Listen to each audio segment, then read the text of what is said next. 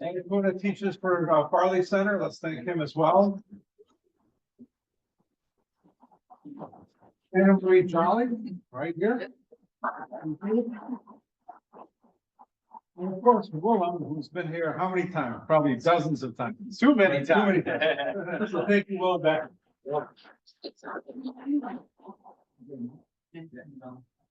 Thank you. Thank you so much. All right, each team gets 10 minutes and we'll do 10 minutes of Q&A. Whatever you see.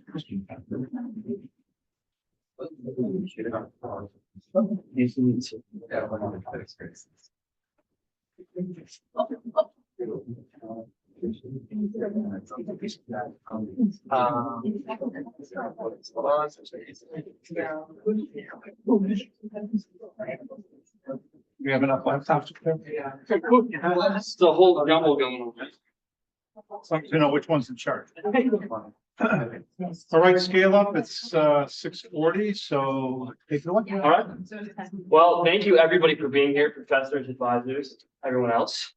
We are Scale Up, and it's a pleasure to be presenting to you all today. And we are here to turn fish waste into sustainable growth.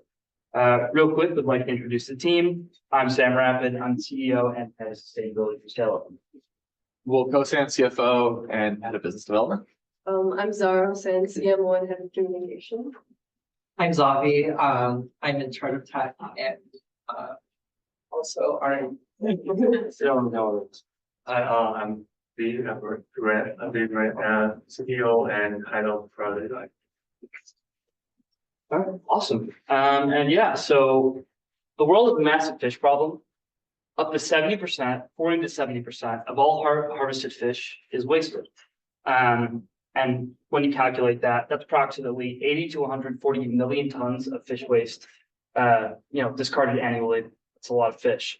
One problem we've also noticed is that fisheries are incurring high disposal costs, while these, valuable nutrients are going unused.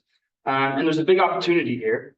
We've estimated that this opportunity is between 33 to 58 billion dollars, worth out there. And we've looked at a case study from the Icelandic Ocean Cluster, where they worked with specifically cod. They were able to increase the price from one fish, which is about $6 to $8, to upwards of $4,000 in various different uses. And that's from fertilizer, fish treats, fish skin leather, fish oil, collagen, a bunch of other things. And we looked at a bunch of stuff and we decided, well, let's first start looking at organic fertilizers. So that's what we're here to talk about with today. Yeah. just to give you like a big picture of how we've got here. So we started with that core problem, which is reducing fish waste. And then we broke that down into this vision of connecting the people who fish and the people who grow. And then we went even narrower and we decided to make a platform to physically bring the fish waste to the growers and to also develop a new type of fish fertilizer, which would be comparable to existing high efficiency organic fertilizers. Then we built that on top of our strengths as a small business, which is our like ethnographic approach, being able to really know the people who we're serving and design systems around that instead of fitting them into existing systems. All right, and we've come up with a pretty cool solution when creating this fertilizer. First is we collect the fish waste, and something we realized is a lot of these fisheries are actually paying a lot more to dispose of this fish waste. So from the fisheries lot we've talked to, they'd be willing to give us the fish waste for free, if not pay us a little bit for that. So we collect it. We have these really cool machines that would dehydrate the fish to reduce moisture, grind the fish down. We package this fertilizer in these bulk drums and then repackage them into wholesale options. And then lastly, we ship the fertilizer to our distributors, retailers, and e-commerce, centers. And just to give you guys also a sense of kind of what the market looks like globally and in the US, the global market for organic fertilizer specifically is about $12 billion and is growing at about 9 to 10%. In the US, it's at about $3 billion, but it's also growing pretty rapidly. And also just what we've seen is the global serviceable market for us is about $3 to $4 billion because we can't tap into all of that. And more or less what we're seeking is, and asking you guys, is for $550,000 to expand our fleet of mobile processing units. And just also a quick to show you guys kind of what our main markets here are. Firstly is the fishery and seafood processors, who again, as I said, would be willing to give away their waste. They save a lot of money on disposal. Also would be organic farmers and agricultural companies who would use these products, on their fields and whatnot. The market there is about $7.5 billion and is projected to reach over 10 by 2030. In addition, we also have landscapers and gardeners. It's a little bit more small scale, but they're, we estimate that they prefer fish-based fertilizers due to their long-term soil health benefits and nitrogen content. And lastly is also government and environmental agencies who will be there to support us throughout this process with, grants and subsidies and whatnot. And this is a problem we're solving. We've conducted, over 30 interviews, reached out to over double that, spoken to fish processors, entrepreneurs, fishermen, researchers, and people that are, dealing with this product hands-on at companies like Home Depot. And they all think that this is a product worth having and, a solution worth bringing to the system. This is like what the fish meal flake fertilizer would look like. We're kind of arbitraging what's used for food in Asia, just like very cheap dehydrated fish meal, and turning it into fertilizer. It's very decentralized, so we would be taking like an 18-wheeler, like a used 18-wheeler, and putting these dehydration machines, which you can get on Alibaba for like $1,000, and making like mobile processing units that go to where the fish demand is. And really the advantage of us owning the machines versus the farmers doing it themselves is that we can buy the machines in bulk and we can make sure there's always a steady flow of parts and that the quality of the fertilizer is really consistent. We're also doing a pilot program. We talked to Chalet, which is like the leading high-end landscaping firm in the Chicago area. And Chalet is really awesome for us because they are an organic only fertilizer landscaping company. And they actually have a sustainability development team, which regularly tests new types of fertilizers. And they're always looking for new solutions because they don't really like the efficiency of their existing organic fertilizers. They also work with all types of landscaping. So they're trying to break into the corporate market, which is more cost conscious. They do all types of homes, all types of plants. So ideally, we would have them test our product and tell us what can be really fine-tuned for different types of gardening and where it works best. So we compared our product with other organic fertilizers and synthetic fertilizers to see where we stand in the competitive landscape against a bunch of metrics. So I'll walk you through them. In terms of sustainability, we're more sustainable than synthetic and equally as good as organic fertilizer. In terms of market demand, we have a growing market and it's competitive with organic fertilizers. So it's very promising. In terms of nutrient release, we do provide slow release of nutrients, which is very similar to organic, but slower than synthetic, but I think we have the sustainability advantage. In terms of availability, it's regionally available like organic fertilizer, but still not globally distributed. So it's a growing market. And in terms of cost, it's more expensive than synthetic, but still competitive with organic. Consumer awareness, we're less known, but I think consumer awareness can always be built. And that's what our goal is going to be. In terms of transport and storage, we do require bulk storage, careful handling, which makes it a bit less convenient than organic and synthetic options, but we're trying to find solutions for that. And lastly, our biggest issue is the strong fishy odor, which is worse than organic fertilizer. But I think overall, we have more positives than negatives, so we're still at a good standing. And here's want to give you guys a sense of our ecosystem analysis. Like we covered a lot of this already, but high level. From the fisheries, we'll take the fish waste byproduct off their hands, turn it into fertilizer, distribute it to the buyers. There's a bunch of other points out that a bunch of other points here as well. Government funding, very possible, to help us, gain organic certifications. And, there's a bunch of other, information we plan on tapping into, having a high marketing cost to kind of get our name out there, because that's how we think we're going to grow primarily. And moving on, we're going to go to our finances. So the money. So we plan on selling this for, one unit's gonna be about 10 pounds. We think that we're gonna sell them for about $20 a bag, which is on the lower end in terms of pricing comparatively. Year one will be a pilot program, like you said, we'll be working with Chalet, and then year 2 and 3 will be, working with more fisheries. We have a couple lined up that we've spoken a lot to. We expect a growth about 5% between years 2 and 3 as we slowly start to scale, giving us room for error. Like we said, the industry as a whole has a CAGR of about 10%. So we think this is, in line with, but, going from year 3 to 4 to 5, we expect higher growth as well. As far as our costs, we view our major costs to be labor, processing, storage, and the transportation. Our key investments are going to be mainly that equipment, like we mentioned. We expect, big trucks, that the machinery that Zavi has pointed out, insurance, and of course that marketing to get our name out there.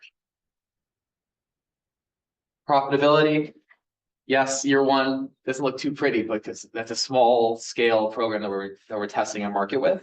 But then, with year 2, we'll be scaling. Year 3, we see, much further profitability. So let's talk about the business feasibility. So first year, because we are still doing the taxing, so we only need 40,000 pounds of fish, and all the 40,000 pounds from like one fisher partner. Is that feasible? Yes, it's feasible because based on our research, small size fishery, they produce 5,000 to 20,000 pounds fish per month. And we plan to have 5 workers work on that, and they can do 800 pounds per worker per shift. So it requires like 50 shifts. And for year 2 and year 3, we want to expand the workforce in year 2 and year 3, because we are aiming to 500 pounds of fish. That's kind of requires like 2 fishery partners for like a larger size fisheries, which the number is 100,000 pounds per month, and it requires 8 to 10 workers. And for year 3, we are aiming to 800 pounds, and it requires 15 plus workers. And for the investment, we divide by 3 phases. The first one is feasibility and market testing, and we're gonna spend like $100,000 on that, including like conducting feasibility testing, small scale production, and initial market validation. And phase 2 is about the production, including purchased equipment and the labor and the others production fees. And the phase 3 is about marketing and sales growth. We spend like $250,000 and to expand the sales channel and increasing the marketing. And in total, we are asking $550,000. And the financial planning is the equipment we can purchase or lease purchase requires like $120,000. Our lease is around like $4,000 a month, and the online sales cost around 20,000 to 50,000. And we plan ahead. We plan for like 3 to 6 months before the revenues.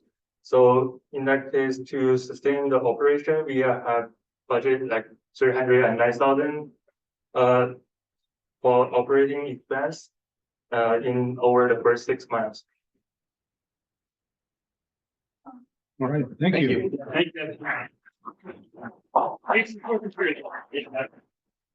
What can you sell a pound of your fertilizer for? I know it's organic, and I know Chalet gets top dollar, but what can you sell it for? 1 pound? 1 pound.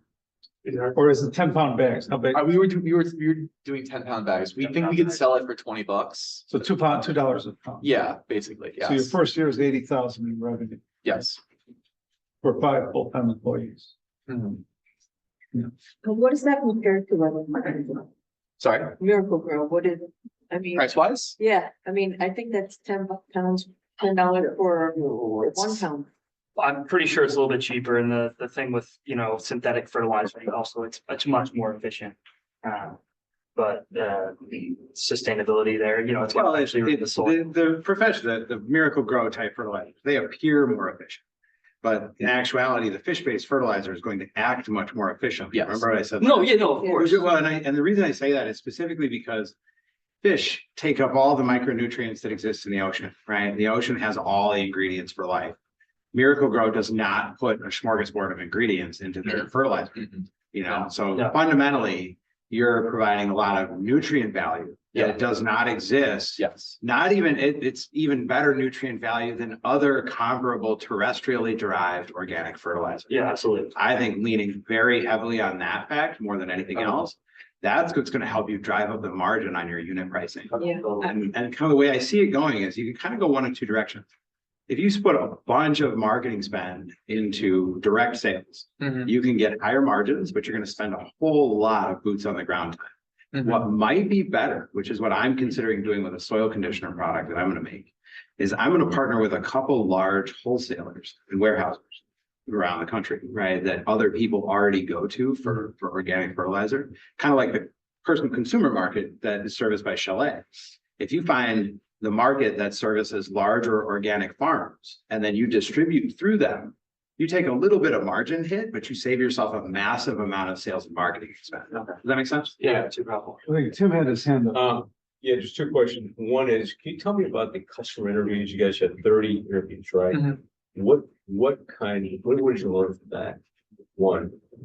Well, And something two- really interesting, the chalet director was telling us was that these huge estates, which are consuming so much fertilizer, the owners of these estates are really eager to use new types of products. Like that's a huge reason why they choose chalet.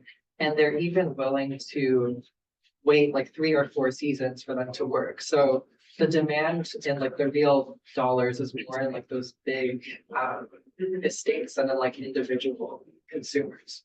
That's one of the bigger takeaways we were also getting from the interviews was that fishing is a dying industry.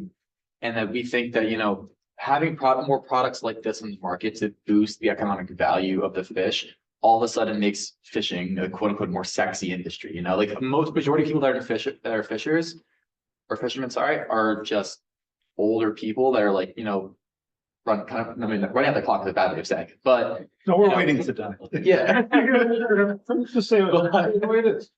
Oh, like I said, Yeah. but yes, my point being that, we view products like this as beneficial to the industry and people we've spoken to, kind of agree on that. Do you want to say anything else? Yeah, well, I just want to say, like, people we've spoken to is all over the ecosystem. We've spoken to, indigenous communities who are, they're getting run to the ground. It's not as affordable to be fishing. So I think in itself, this could help those smaller communities. We've spoken to commercial fishermen, scientists, academics. Who else? We've spoken to like so many different people. Other entrepreneurs that are tangential fields, like do like pet treats with fish. Yeah, understanding where they source from and all Yeah. that. And you're paying for the waste, right? The fish waste or not? So we see it going. I mean, the way we built it right now is that we're not paying for it at the moment because people are spending X amount of dollars per year on trash removal. If we can just come and pick it up from them, they leave them a headache. Yeah. Um, Yeah, we can't really speak to every single Yeah. fish processor out there, but from the few we've spoken to, they've all said that at least they would be willing to give it to us for free, given that they don't have to put more work into it, right? So fish, if we could go back to the Are picture, they saving costs then? yeah. Yes. Okay. like for the most part, this is what the fish looks like. It usually goes bad in about 3 days. So if it requires them to maybe use manpower to, move that into like a freezer and it requires energy to do that and all that, then yes, maybe it might cost more. But if we're able to find a method that, within that 3 or 4 day span are able to go in ourselves and take it, then it more or less. So really, the customer is the processor, the fishery, right? Fisher. They're supply Yes, You're helping them Yeah. maximize, right? Yeah. The labor, in a way. and then you then deliver the commodity kind of right to the market. yeah. Yeah. So I guess on that last question, what's your barrier to entry? Sorry. Barrier to entry. Very. What's your IP? How do you make sure no one comes in and does the same thing you do to drive prices down? A more efficient dehydrator could put you out of business, right?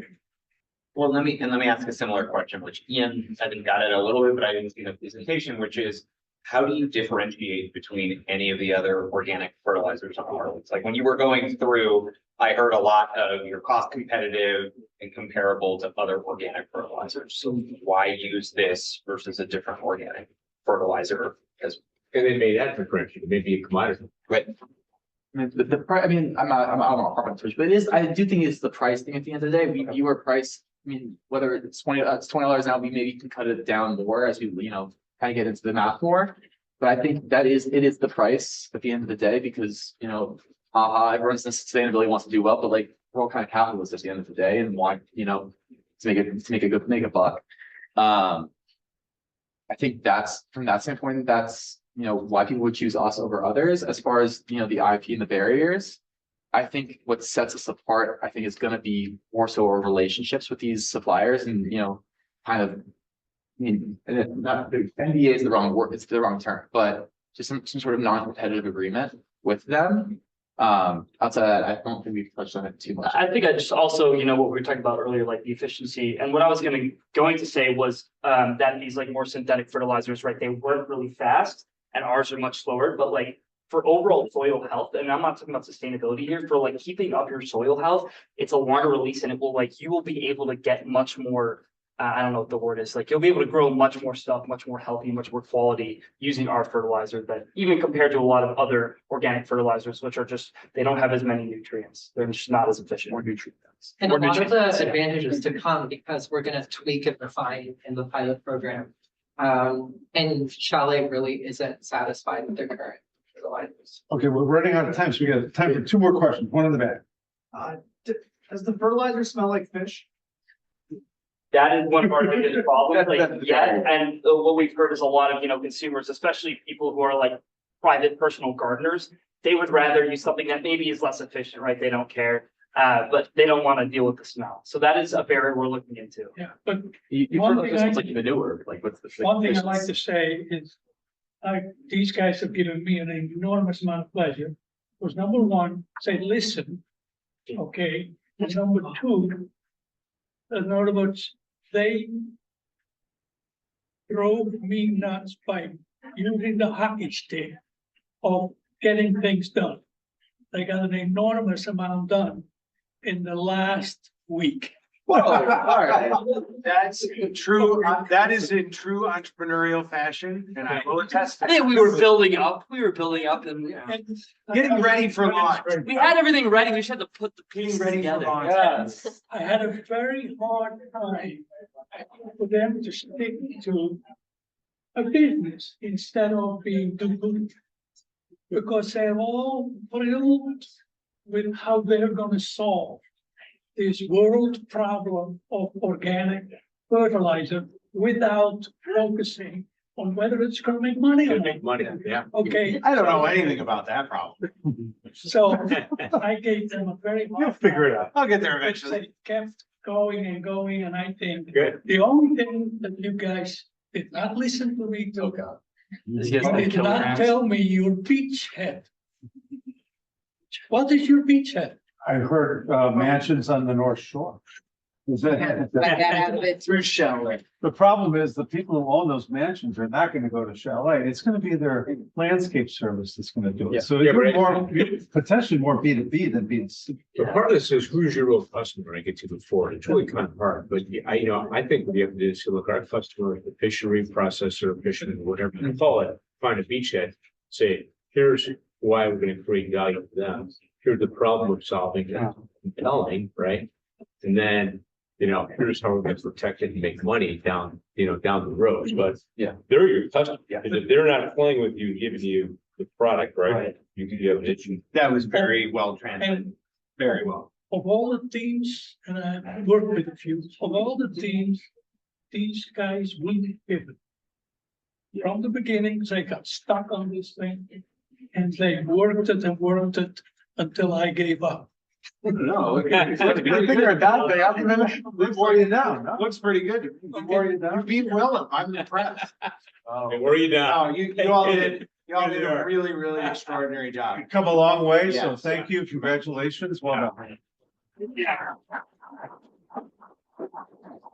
My last point's gonna be, remember what my first question was, you're spending $6 to earn $1 in phase one, Yeah. right? You're spending $6 to earn $1 in phase one. First year's not gonna be. Your unit economics are not working. So Yeah. with that, let's move on to team two, Thank you. and that'll be Loop Energy.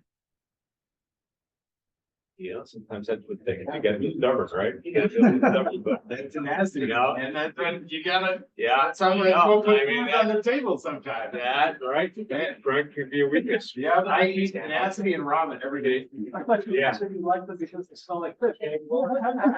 I mean, you're not just. Not like. I think they keep that. That's why. Oh, no. Oh.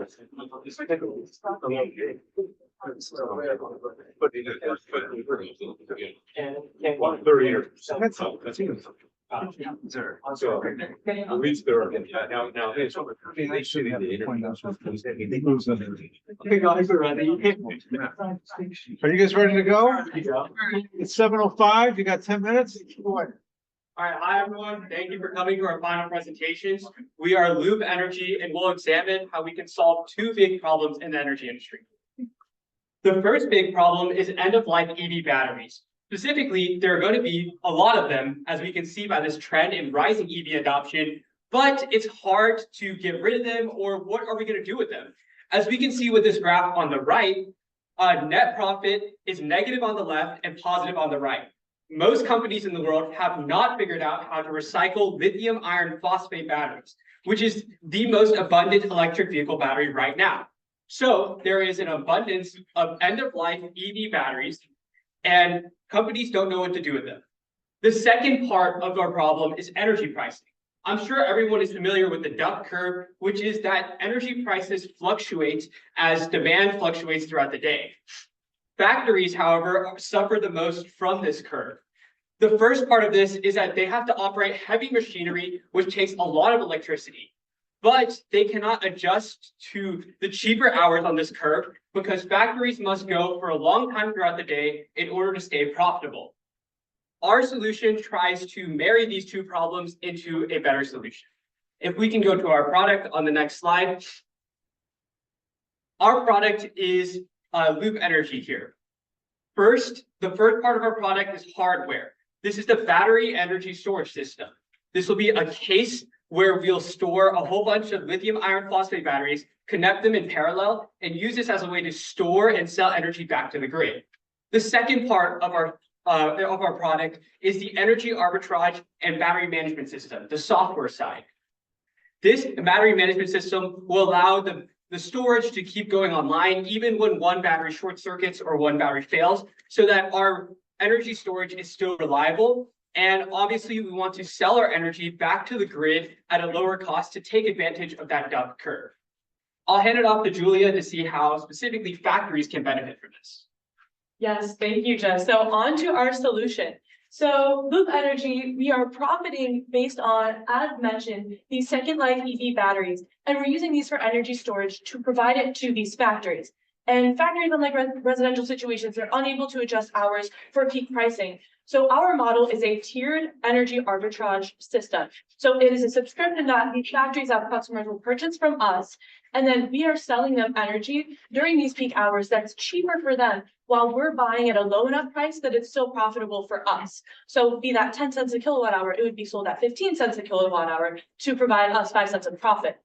And then we'll be sourcing these from, as mentioned, all these OEMs and scrapyards that have an excess of batteries and they have no place to go. And OEMs have even discussed with us in the customer interviews that they have nowhere else to put them, and there's a surplus that we'd be able to actually provide benefit to them by taking it off of their hands. And also in our customer interviews, we have learned that there are some sites such as Copart and Carpart.com that sell these individual parts such as lithium ion batteries in parts that are total and unusable. And it's a great way for us to source these batteries while still providing benefit to our customers, which brings us to the customer aspect profile. So we're really targeting Northern Illinois factories, and we'll hear a little bit more later in the presentation on why we're targeting that specific segment.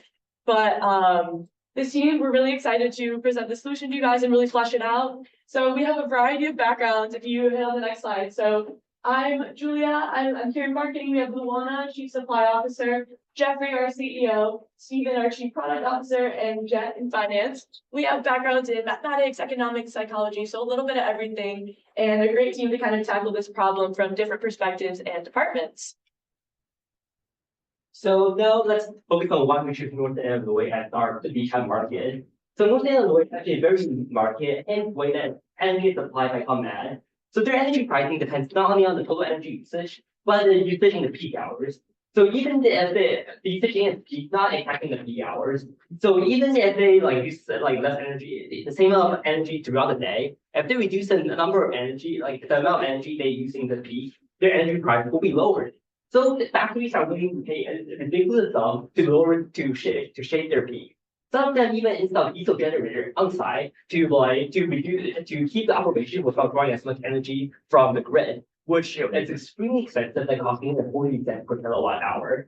Hence, we said this can be an effective beachhead market that we can increase the price of our electricity that we sell to them, and also like have a way to pipeline to them.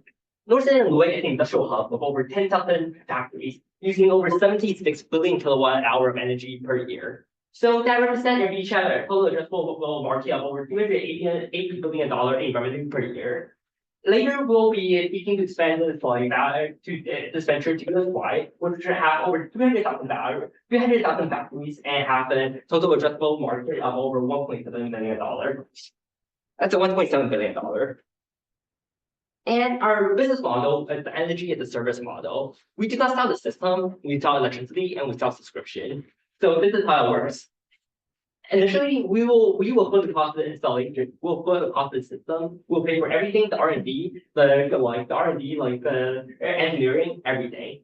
But however, we'll retain ownership of the system. And throughout its operation, we will earn revenue in two ways. We'll earn revenue through subscription service that can allow them to ensure that they have energy they have energy available at all times during peak hour. We have different tiers of subscription that ensure more energy availability and quicker maintenance response. And our main way of earning revenue is through energy arbitrage. We buy energy at off peak hour, which is cheap, and we sell energy to the factory at peak hour, which will be cheaper for them, but more expensive, cheaper for them, but we can earn a significant markup. Then at the end of life, we still own the system, we can sell the batteries back to the battery recycler, which hopefully by then, after 7 years, have figured out a way to recycle it sustainably and profitably. And get most of the initial cost of buying the battery back. Alternatively, we can just rent the battery the entire time, cutting down capital costs and capital expenditure. Okay, so we introduced you guys already why we're focusing on Northern Illinois, but I want to ask you guys a question. Have you ever heard about Rockford, Freeport and Dixon, or DeKalb? Any of you? You've heard about some? Mm-hmm. Okay. So these are some of the big manufacturing areas in Illinois, and these are some of the examples of where we're focusing our energy on. So Rockford, for example, is the largest Illinois industrial city.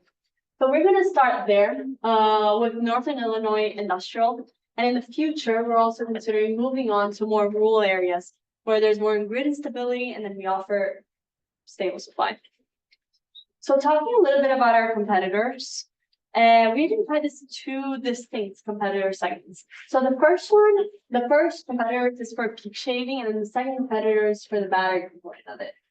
So we do the affordable versus the ease of implementation, and we analyze companies like MTU, Blip, Umicore.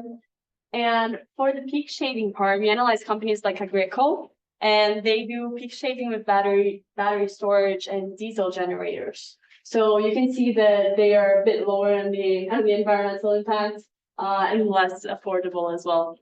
And this is another one that we looked at, that they do liquid metal batteries for large scale storage, and they also do peak shaving. They do use sustainable materials, and they are a bit more cost effective. They're cheaper than lithium-ion batteries, but they still don't get nearly as close as the second-line batteries that we provide. And there's where Lupu really stands out.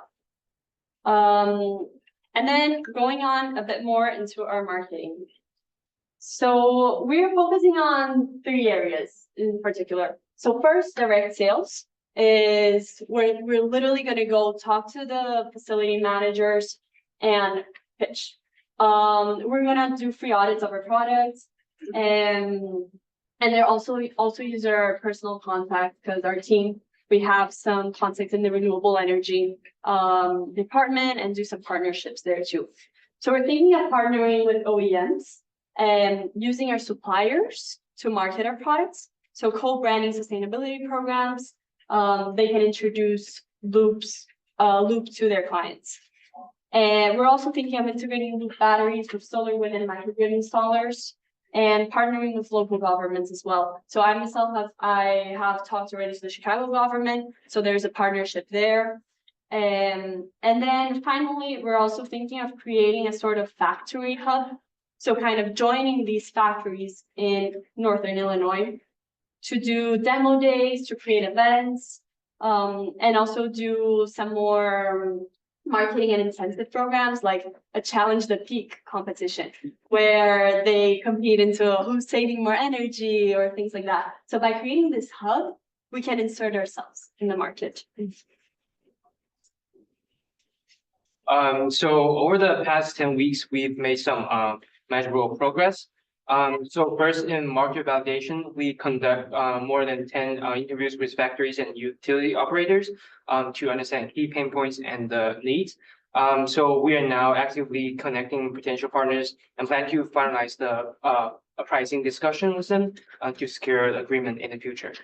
So on the technology side, we've developed a techno model and still designing the battery management system. So the next step is build a minimum viable product and running real world performance testing. Financially, so we've developed our unit economic model and the 3 years financial projections to ensure our model is sustainable. So our next step is like secure the first 200K in pre-seed funding to launch our pilot. And lastly, for supply chain, we've searched out the OEM and scrap yards for battery sourcing, and we also talked to the factories, operators, and utility companies. Our goal is to finalize our first battery supply agreement and kind of sign 2 pilot deployment contracts.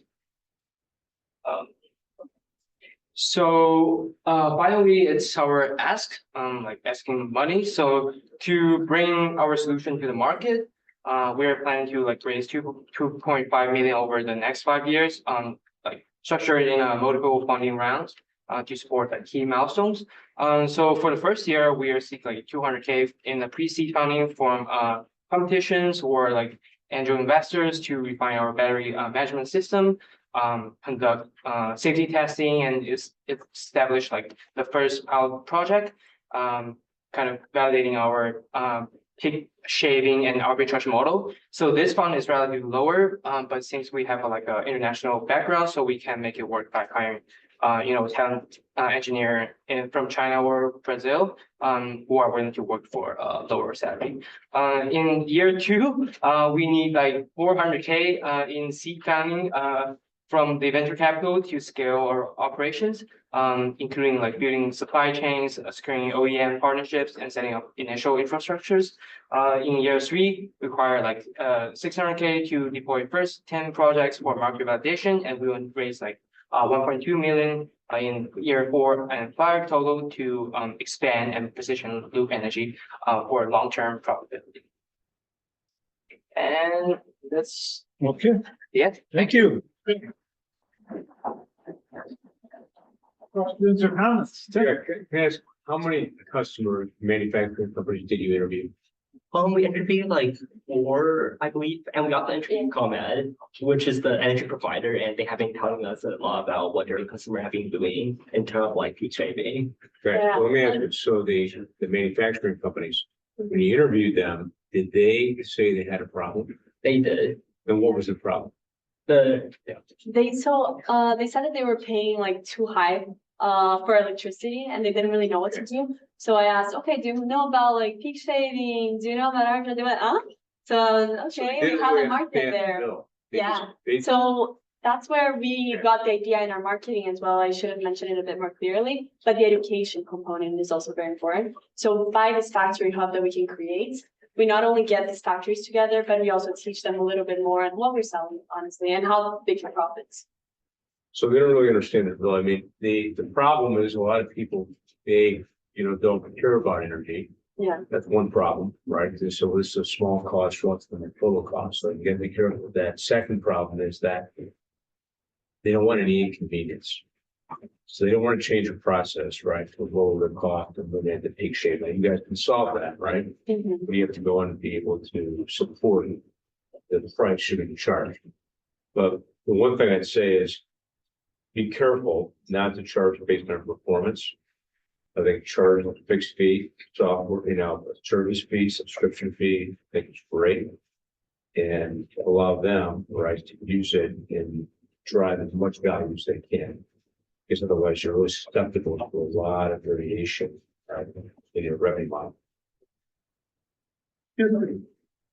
Did the team come up with a customer and identified what kind of capital investment your enterprise needs to make in order to provide that customer that energy savings?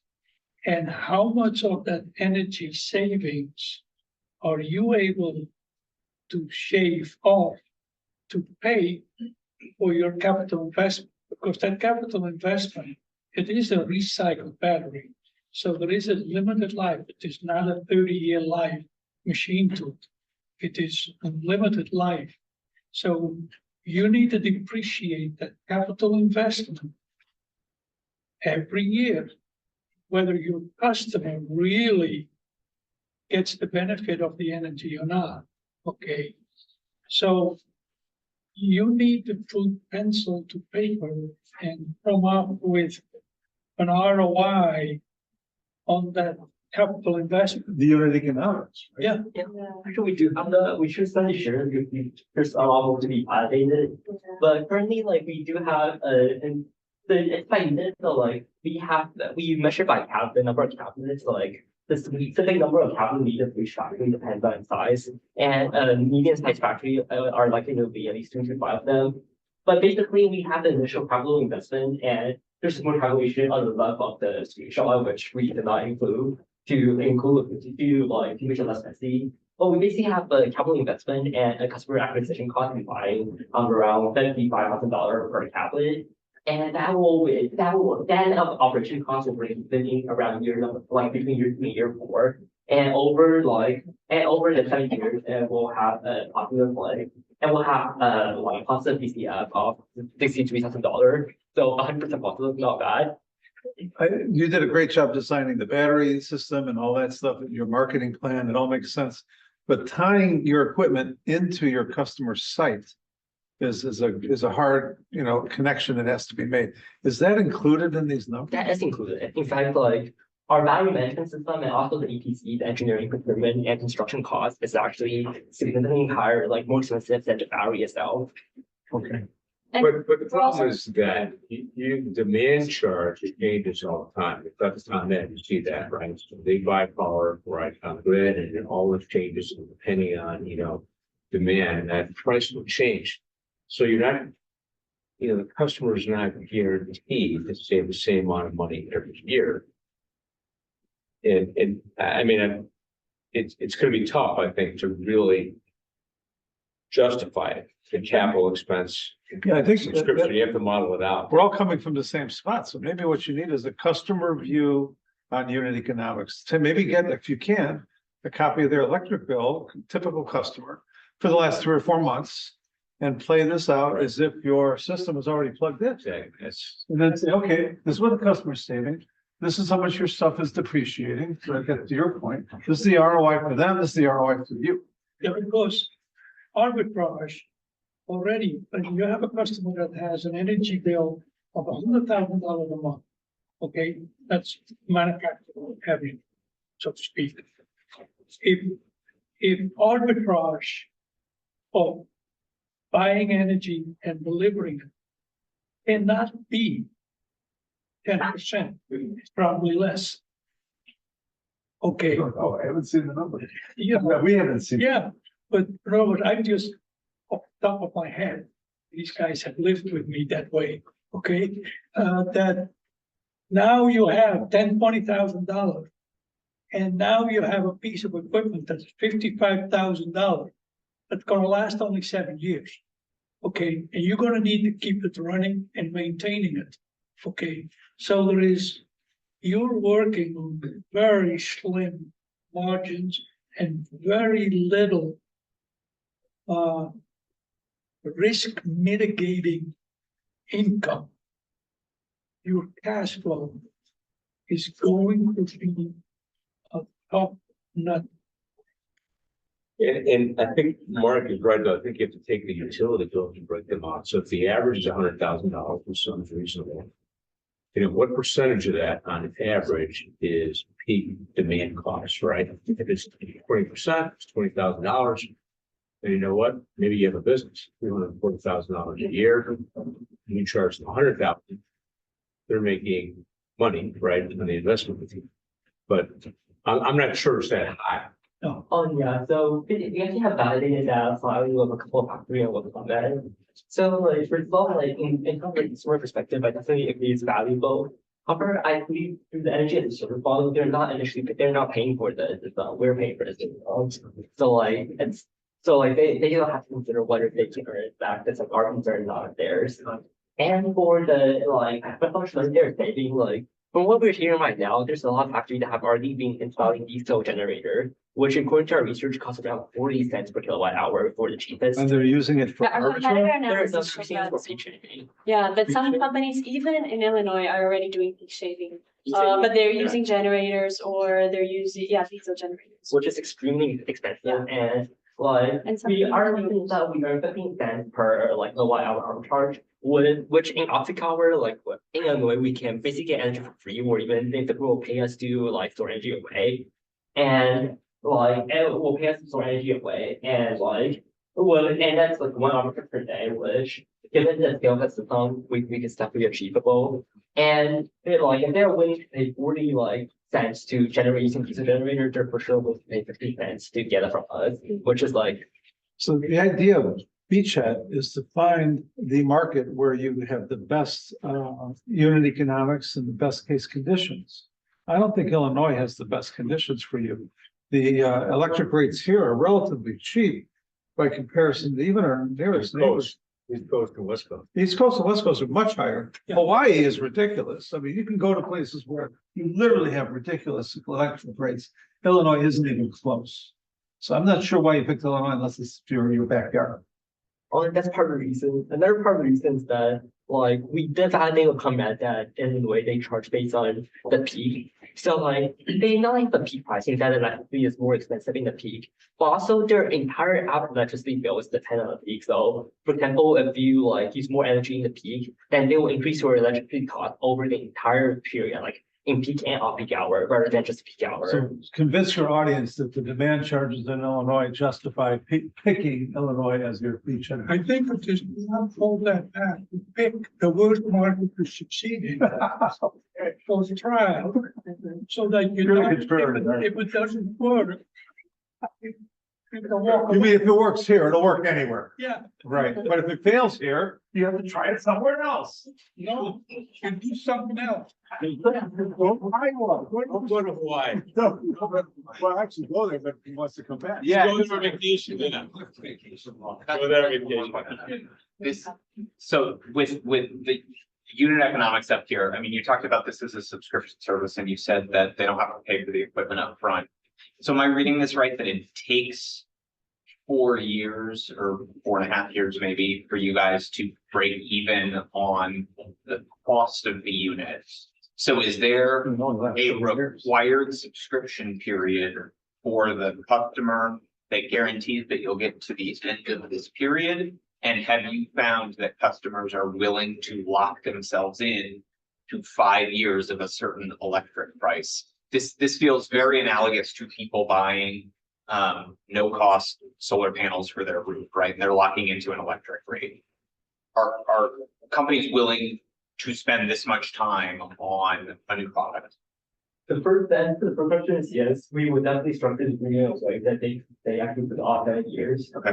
And the second answer is no, we put that yes. And then some things that we should validate definitely like Because like we did tend to choose the factory direction pretty late in the process, like I think that actually just 2 weeks ago, like we're focusing on hotels and the national market for a time until we realized that like the market is not ideal due to premium location and also due to like the stronger regulations surrounding the regulation markets. So we couldn't be able to talk to too many like factories and too many utility plants, which we should definitely do after the plot. That we actually have a couple of interview lineups already. Yeah, there's one thing though that we found that is when we were looking at the competitors, like the liquid metal batteries for large scale storage. And likewise, they actually do have longer term contracts. So it's not something like a one-time thing. So they have these longer term contracts and something that factories already do. So they rather like be in a more stable and a bit more long term, like having that supply of energy stable than just, okay. So it's something that factories do. The more dominant form of battery now is lithium ion in this market, in the United States market. We're switching slowly to LFP. LFP has the advantage of having a longer shelf life and it lasts for more cycles. So by picking LFP, I think you did it properly. I think that's the right target, but I'm not sure that you did it for the right reasons. It's not the most popular here. It's the most popular in Asia, right? I think we're running out of time, so thank you. Nice job. Well done. All right, F and Cool is next. And cool. That's what they call it.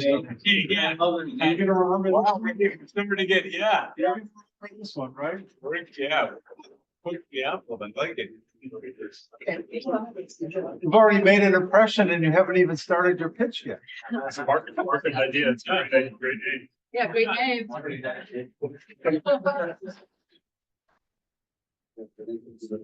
We go home and talk about any of them, just because of the name. Thank you. Thank you for going on it.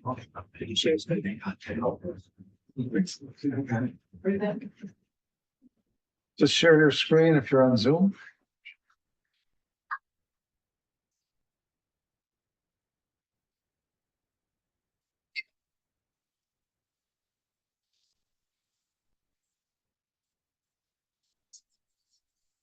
As an aside, is the last team, are you guys planning to actually compete? You're like, are you gonna go to VentureCat or? Okay, good. Anyone else planning to go to VentureCat? This is great. Yeah. Let's get an energy track back. Yeah. If they tell you there's no energy track, you tell them, I think we've hit critical mass. Let's create an energy track. Because they took it away about 2 years ago. Because classes like this were not contributing enough to VentureCat. Now I think, I'd like to think, we're back in the game. Seems like it. All right, if we're back in the game, we need a track. Don't put your fist on the table, but ask next. And then put your fist. Yeah, just tell Mark put his fist. Yeah, tell Mark what it's been. That'll really carry. All right, cool. You got 10 minutes. Take it away. Thank you guys so much for being here. We are Cecilia. Arun and Matt. We are the founder of Effing Cool, and our cooling solutions enable data center to compute more, cool faster, and save operators millions of dollars. So do you know, a matter of fact, one ChatGPT query consumes enough energy to power this personal computer for a whole 6 minutes. And all those were done in data center. So I want you to imagine, close your eyes, how much energy a data center consumes on a per day basis. And it is growing. We conducted dozens of internet reviews with frontline data center operators. And a fun fact that we got is that for the next 10 years, about 540 new data centers were built every single year in the United States. And it is absolutely obvious that for the future of computing capacity of the entire humankind, let's just make it big, and the grid capacity that powers 340 million homes here at the United States, it is absolutely important to have a data center that runs on minimal energy. It is just, however, unfortunate that the data center technology of nowadays cannot meet the demands. Coming from the backgrounds of facility, tech, and finance, we took a holistic review on the data center, and we found the pain point of that is cooling. Data center today still use 40% of their total energy on cooling. What does that mean? It is that it is the absolute bottleneck to scale up their computing. Matter of fact, within a miles here in Northwestern's data center, that we asked the operator who runs it every single day, it is exactly because they're constrained on cooling that they cannot double their computing to the size of what it has right now. And we kind of really think about that problem. And the thing that we found really interesting, there's no deferral heating technology or strategy built into the current cooling system.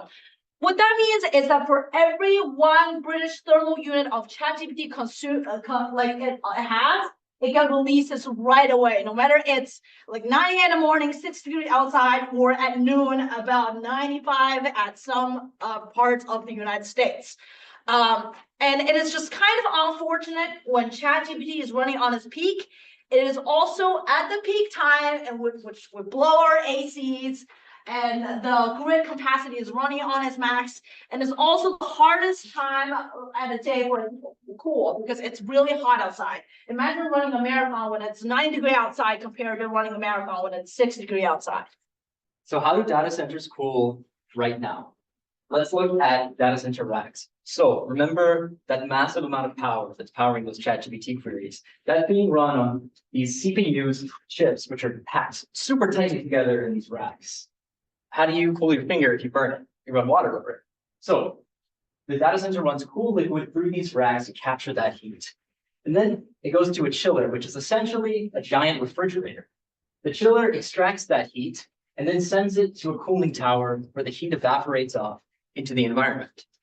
Now, let's go back to that hot period where the data center is trying to do this cooling process, but it's really hot. Remember running a marathon in 100-degree weather.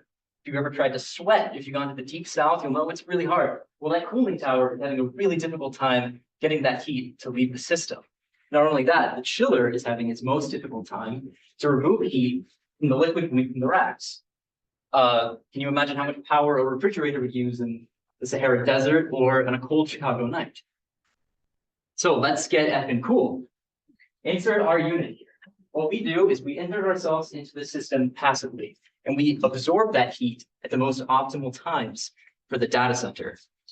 This allows that peak to become a dip, thus allowing the chillers and the cooling tower to run most optimally all of the time, not just some of the time. Not only do we capture heat, we capture cool. So at night, when it's cold and you have the nice cool air, which you would like to use during the day, we can store that in our thermal box and then use it in the day. We do this with a custom combination of thermal storage materials. That means that as a data center, you can give us a list of the temperatures that you want to control at, and we can custom create the box to fit those needs. Our units go outside the data center like this in a modular, scalable, and easy to assemble way. Matthew, what's our TA? Yeah, so thank you, Parker. So we know if we expect to scale a business successfully, we need fertile ground to start that business. With a total addressable market of in excess to attract venture capital money of plus 20 billion. So through our research, we found the global data center market for power consumption meets this standard. In fact, it beats that standard up to $24 billion globally. And what's even better about it is the growth rate and the sustainability of this market. So what do we do at Evancool that's different? How do we profit? So at Evancool, we want to create a win-win-win scenario. So we want to create value through a gain share model where we benefit as our company significantly through the value that we create alongside with our customers, while we're also making that third win, addressing this huge pain point that touches every single human being on Earth. So to put it simply, we put our money where our mouth is. And we furnish, we install, and we maintain our system and maintain it for the useful life and we gain share for our solution for the useful life of our installation. Go ahead, Arun. On that, we have the business model, how do we sustain it and how do we make sure it lasts in the market? We have 4 pillars that this concept rests on, starting off with the tech itself. As Parker introduced the whole tech and how it works, everything is very proprietary, the chemical materials that run this thermal storage, it's very proprietary, we would run it, we would have patents and any related IP that would protect us. Everything that runs, we would have optimal thermal management, algorithms that are covered by ML that would also be developed proprietary. And the whole design is very modular and scalable. So it's that is also part of the whole trade secret that we'll be working on. Building on the cost leadership, we would have optimized supply chains that would give us these materials very specific to us. And these are super customized for each data center. So that makes it very hard to imitate from them. Also building on the concept of the whole peak shaving, as there's a dip in energy consumed, your overall thermal systems are downsized. The cost of energy that you use is going down because you use lesser energy. So this leads to a reduction in your operating expenses, your capital expenses. So that's a whole new value proposition for the data centers. And building on the business model, from the Genshin model, we have cooling as a service that comes as a subscription base that reduces overall upfront investment from data centers. So we want to partnership. We would ideally build partnerships with the hyperscalers, cloud providers, and any other data center providers. So these would be the first places that we would start exploring and build pilot programs on. And then we would, based on these pilot tests, we would get to preferred vendor status among the provider as well as the back end of the OEM manufacturers of chips and racks. We would also work very closely with the regulatory authorities like Ashbury Uptime and UL, and we would ensure compliance with the regulatory requirements. And obviously, once we have all of these implemented, the main barriers to imitation would be we would be the first mover with this technology in the market.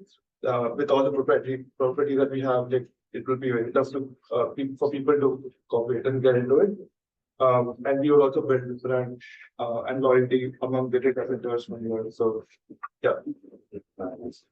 All right. So, Ben Franklin once was quoted to say, if you fail to plan, you are planning to fail.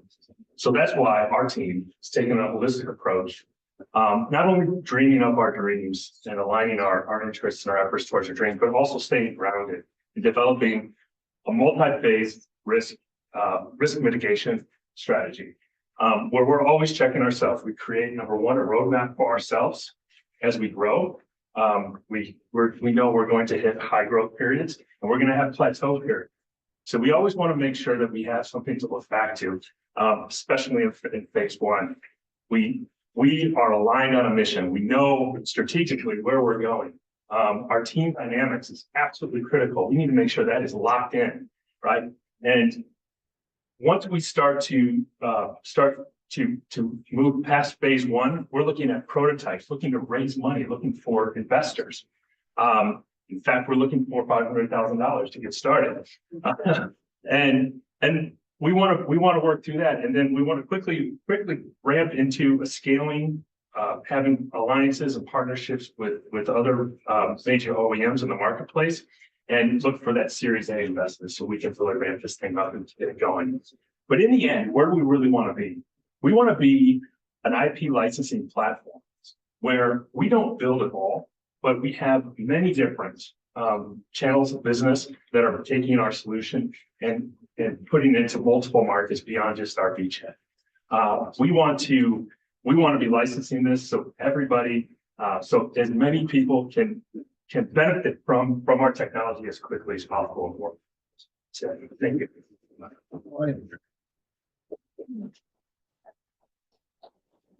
The last couple of sentences really threw me off. You want to be an IP licensing firm, but you're starting in a very different direction by being effectively a BOT gain share model operator, which is almost opposite being an IP licensing firm, why don't you just start off in the direction you want to go instead of doing a 180?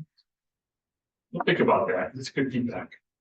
In other words, I did not see, but in your presentations, but I presume that you have dealt with the question, what kind of BTU storage capacity does your unit need to have in order to achieve the value you want to provide?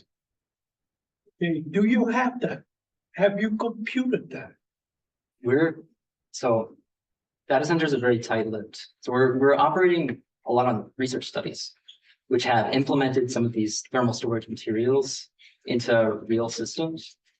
And in those systems, that's where we took the cost. Yeah. So, but in other words, you identified some people that are doing what you're going to be doing. In essence.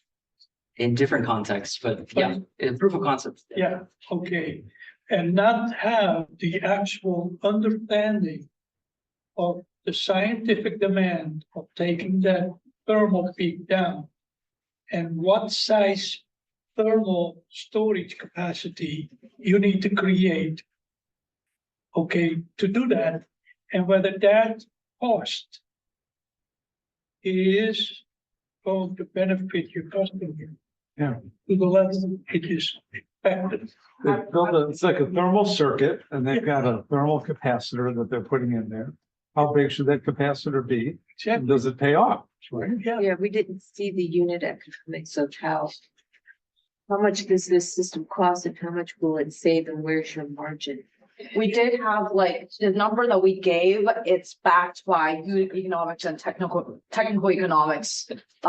We kind of did a unit economics. We did not put it in there, but we kind of did a unit economics of what is the maximum cost of building one unit. And then we also kind of did a very conservative approach kind of to unit economics and technical economics, kind of assuming that we're going to only save 5% of the total energy. So that's like a very small amount that we did for the 850 and the 290. Are those per year? Yeah. Per year. Yeah. This is for a 10 megawatt data center. How long does your equipment last before it has to be replaced? 10 to 20 years. Yeah, and that's we also back all the R&D money and all the shipping cost, installing costs into that. So that's all included. R&D we talk about only 5% of the first year, but we want to assume like there's a positive cash flow, but if we can bear like a negative cash flow in the first year, we'll bump up the R&D percentage to the total amount. And is there operating cost in that? Yes. So the cost of 123K per unit is the capital cost and the operating cost? Yes. How many units are needed to achieve the savings above? That's a really good question. For the first year to be profitable, we need to sell 25 units with 5% R&D of the. So you're putting in the 3 million to get the 850 back. 25 times 120,000 is roughly 3 million. The amount of units it would take for one data center would be. Fine, we got a question online too. Yeah. All right, what's the question online? Sorry, Woo-Jung. Hi, thank you. Thank you for a great pitch. My name is Woo-Jung and I am on behalf of SOSV, Early Stage Venture Capital, based in New York. My question is actually overlapped with previous question. So what types of materials are you thinking of this thermal box? What kind of materials are you Oh, yeah, what kind of? Okay. Yeah, so it's a broad class of materials called phase change materials. And we have been looking at salts, or paraffin wax specifically. And we were also looking at licensing a specific material. Yes. From the Air Force. So it is not quote-unquote product or not widely applicable in data center, but it's already proven on aircraft cooling to use phase change material to cool aircraft. So basically, is it cooling the water circuit, or is it replacing the water material basically?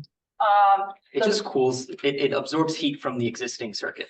Yes, Okay. so not water, Quickly. but yeah, faster than water and it's that's why also where we can like kind of decide when the heat can be released. So there's like a deferral strategy to when the heat can be released, because when you combine the material, when you change the phases, that's when you can decide to release the heat instead of release it right away. So this is a liquid. Liquid cool. Liquid cool, yeah. Okay. So you're Thank you. reducing the thermal load on your chillers, on your towers, right? Exactly. Okay. But is it still?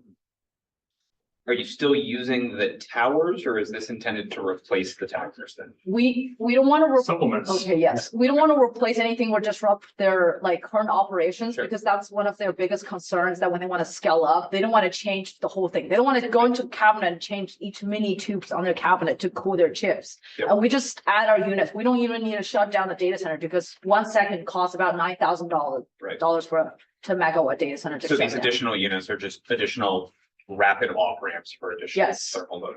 Put in the box. Supposedly it's going to work right away. So these folks who make the cooling towers and the chillers, why wouldn't you just license your technology to them? Or is that effectively what your last few sentences were all about? Yeah, I guess the thought was on why is trying to gain a foothold when you're small.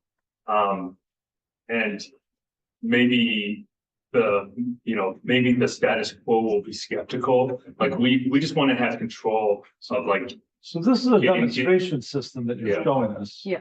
Really, once you demonstrate it, then you go to the cooling tower people and say, here, license this technology from us, pay us a royalty. We step away, right? We go on to something else. And you maintain the technology if there's any updates, but they implement it, they build it, they sell it, and they pay you a fee. But I did not get a feel that you guys are going to design something and a license from the Air Force that I picked up, and couple that with your design, and then you are going to create protection. Because if you're gonna go to the partner without that IP mode, you have no business. Yeah. Because they can do it without you. Yeah, IP Absolutely. strategy, Okay. like our phase one, trade secrets, having policy, like a very specific policy among founders on how we're gonna control trade secrets. And like how we're going to protect our intellectual property is really, really important to us. But It's something we want to. in your presentation, you've not defined the technology. Yeah, Yes. it's that secret. They don't want to give Yeah, we anything. want to be, Phase change materials is secret.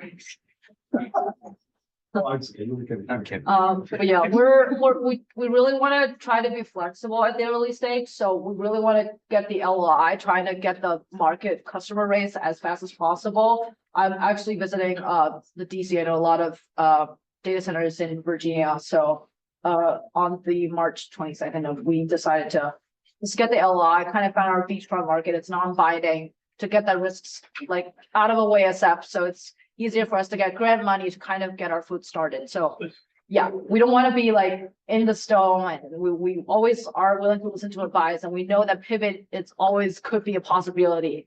So we kind of just want to maintain that flexibility, but we'll also, because we have our team here, and that's the biggest asset. Okay, you got some work to do before you go ask for money. Yes, absolutely. Okay. Well, one of them is to describe your technology in a little bit more detail, at least enough so that the audience is satisfied that you have something.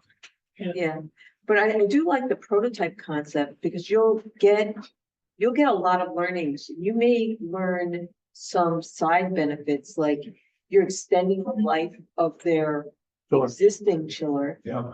which has some value as well. And how do you monetize that or express the value of that?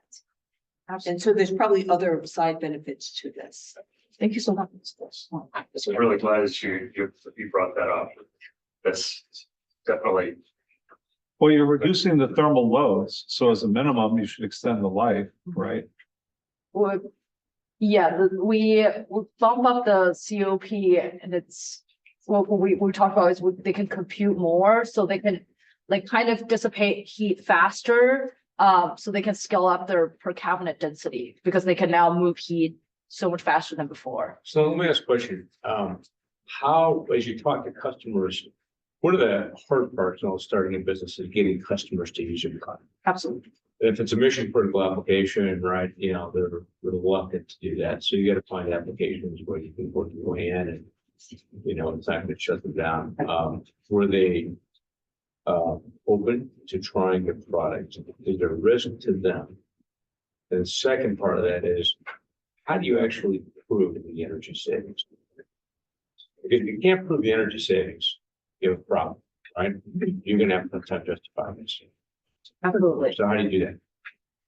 I think that they gotta get a partner of a data center, Yeah, implement their solution and see by measurement that you have not a peak in the cooling and that they can ramp up additional computation on the existing cooling system. Yeah, I think that's- they're short-handed doing it. To answer your question, so if you imagine, so long as we're connected to an energy management system and we have second by second, visibility into what the rate is.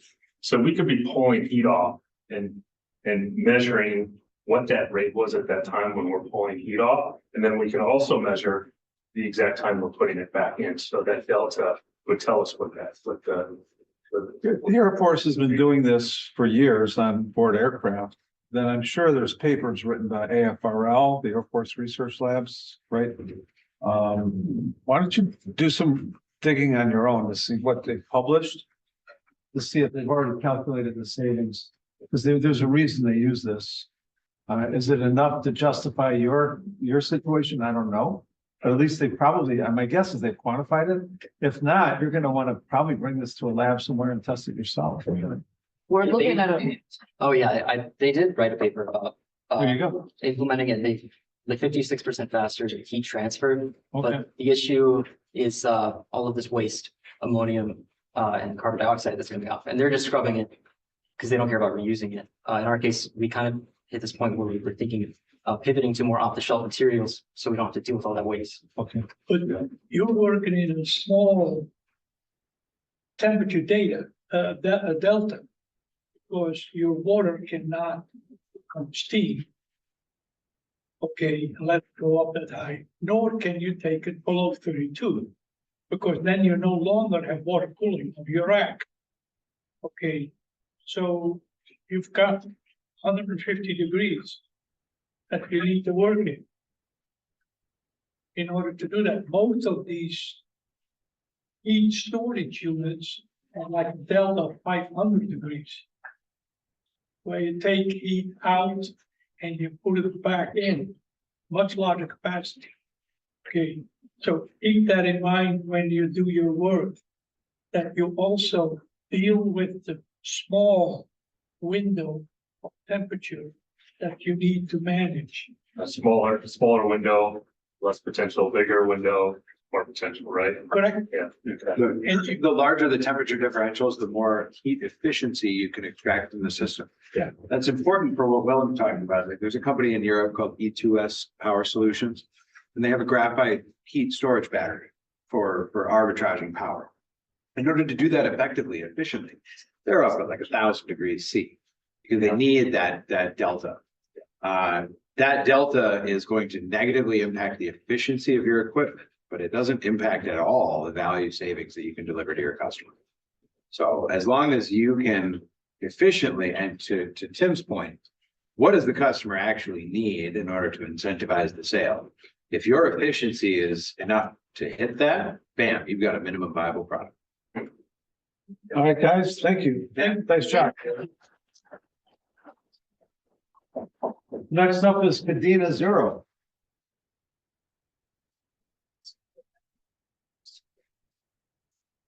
Get a name for the name. Sure they don't get that. Sure they don't get an apple or get that. I should have mentioned that before, that your solution could apply to almost any cooling scenario. It doesn't have to be a data center. We're a high tax energy solution company. That's what So we. you can apply to any dump. What would be another one? Would be another Oh, one. air conditioning systems for, I don't know, any building on campus. Yeah. Non-static, if it is, if it has highs and lows, Yeah. the product could be used. But it's tough to make money in. Oh, I mean, thermal peak shaving. Great new term. Haven't heard that one before, the thermal peak shaving. And your energy, the energy you had when you were delivering, your personal energy is gonna carry you far in these competitions. But if you really want to invest your money, you gotta have some data. Thank you so much. Yeah, thank you.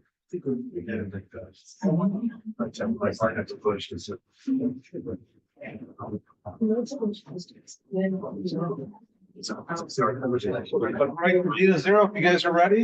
Yeah. It's 8 o'clock. You got 10 minutes. Good night, everyone. My name is Anna, and I'm a co-founder of Cadena Zero. At Cadena Zero, simplifying emissions. At Cadena Zero, we simplify emissions tracking, reduction, and engagement between companies, their suppliers, and their clients. So why is sustainability a core part of the business in this moment? The main reason is because climate change represents the biggest financial risk for this business. That's the reason why emission is the key factor that is impacting directly the profits and the revenue for these companies. As a result, the investors are looking for companies that they have a really huge, really good performance in environmental sustainability. As a result, the ESG investment market is projected to grow by 18.8% in the following 5 years. And also, according with BCG, 89% of the investors nowadays are driven by ESG factors. But how do these investors can determine that a company has a really good performance in environmental sustainability? Well, companies need to measure, report, audit, and reduce their emissions. But the key point here is that over 85% of the emissions of a company come from its value chain. That means their suppliers and their clients. I know this challenge firsthand because in my previous job, I used to be the environmental sustainability leader at one of the biggest banks in Latin America. My team and I, we just 8 people, we faced the task to calculate the scope 3 emissions for the value chain of the company. The problem was like the bank has 2,600 suppliers and over 33 different million clients. So basically that task was nearly impossible. So I found different key pain points for this. The first one was data collection was a nightmare because if the information was available, it was scattered and also unstructured. And sometimes we didn't have enough information because most of our suppliers didn't know things related with sustainability performance. The second point was the classification was really complex. We need to divide the emission into different 15 categories according to the GHG protocol. And another important part that we need to see the emission factors. It's not the same have an emission factor from the United States than in Latin America because there are different problems. The third point is the difficulty to identify hotspots. Due to the size of the information, for us was really complicated to see which supplier and client is contribute more of the carbon footprint of the bank. And the last part, and the most important part, suppliers and client engagement was really challenging. Without their participations, emissions reduction couldn't happen.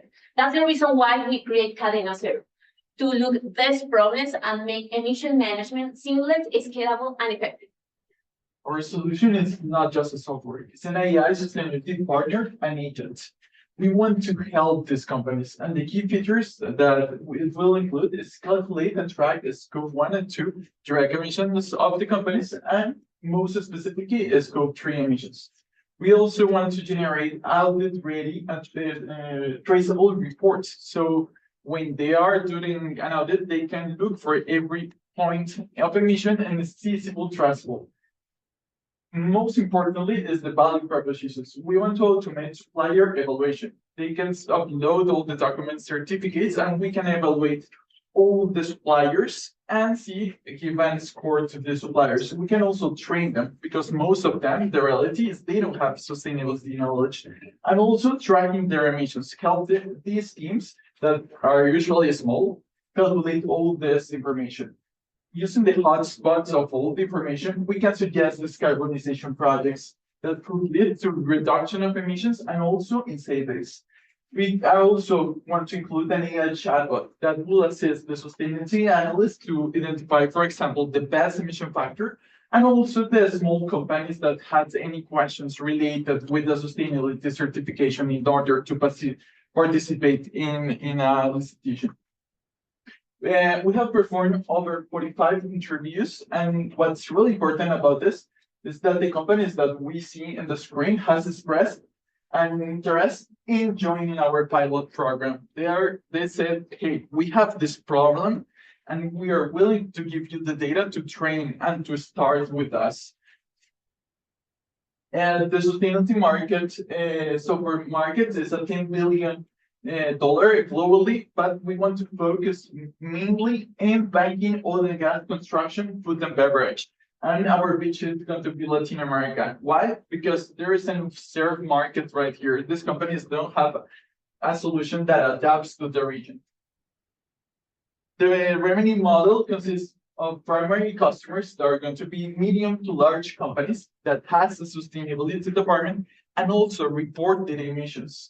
This is going to have a base price of $4,500 a month, and it's going to be scalable depending on the supply chain, how many customers, how many suppliers they have.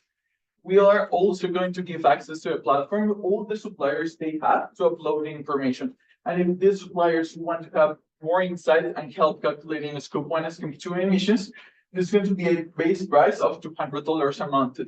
Another add-on is going to be the chatbot if they have additional questions. So right now we're at the beginning of Q2 of 2025. So we're expecting during this quarter to raise funds in order to start with the development in Q3, 2025. During the development stage, we will define the MVP, we will create the calculation model and integrate with the suppliers that we're expecting will be AWS and OpenAI. Then during Q4 2024, we're expecting to start with the pilot. We already have spoken with a lot of customers that are willing to provide us our data, so we will be uploading our data. Then during Q1 2026, we expect to start with the launch, supported by branding, website, marketing and sales, and also start hiring people, but based on the data, because convenience regarding costs. And then in Q2 2026, we expect to start with the operation, mainly focused in growth, with client acquisition and retention, new features, and as we mentioned, our beachheads will be first Colombia, then Chile, and then Mexico. What differentiates us from the competition? First of all, we are not a black box. We don't just provide the final data, we provide the whole process, which is traceable, and therefore can be used for audit processes to outside institutions. We also engage with suppliers. We know that nowadays sustainability teams spend a lot of time answering emails and questions from suppliers that can be easily automated by a chatbot or another tool. And also we have knowledge and experience on and networking in the geographical area that we are aiming, which is Latin America. We know that we have the A team to succeed in this project because we have experience in product and operation management. We have expertise in carbon accounting and corporate sustainability, corporate finance, experience in software and AI startups, and engineering marketing.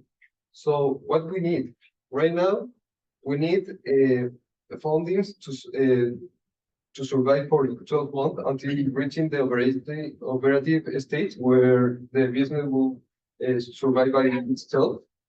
And the amount that we need is for 100K.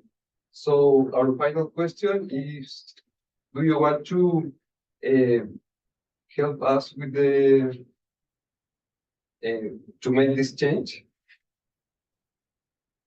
All right, thank you.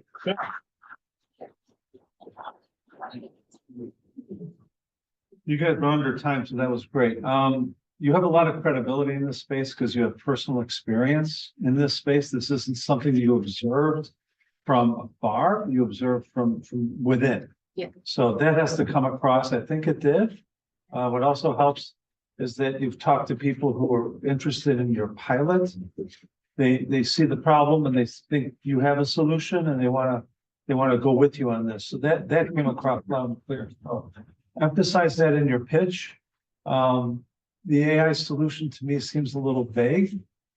I'm not sure how you're going to get from a concept to reality, but maybe that's the part to maybe work on. I'll leave it to you guys to jump in. I have a couple. Right, that's right. No, So I echo everything that Mark said. Your credibility is fantastic. What you're doing is easy to understand. I think the AI concept is very straightforward. There's so much data that AI is a reasonable, feasible way of manipulating that data. Your weak point, because everything else is very, very strong, but your weak point is that you need the suppliers to upload the data. So you may be able to have a good solution. After all, a very big customer can force their suppliers to do all sorts of things. Walmart and Amazon do it all the time. But you have to convince me during the presentation that that will be the case. Otherwise, an alternate business model go to market, there's benefits for the governments or municipalities, and they can impose regulatory mandates that will put some of this information in their hands. But if you can address that particular problem, because you're asking people to change their habits and what they do, and they just will not. So everything else about your company is fantastic, ready to invest. Yeah. That would hold me back. So if you can clear that hurdle, then you've got something. Man with a checkbook, all right. My concern is that you're trying to tackle what in business has been like an enterprise resource management solution. How much goes into what piece goes down? What is the supply chain? How deep is the supply chain? Okay, and the business services, particularly through IT, is loaded with failures. Okay, there are very few that survive that. Company like SAP has survived. Company like Agentis? yeah. Okay. Survived, prospered, exited, all the above.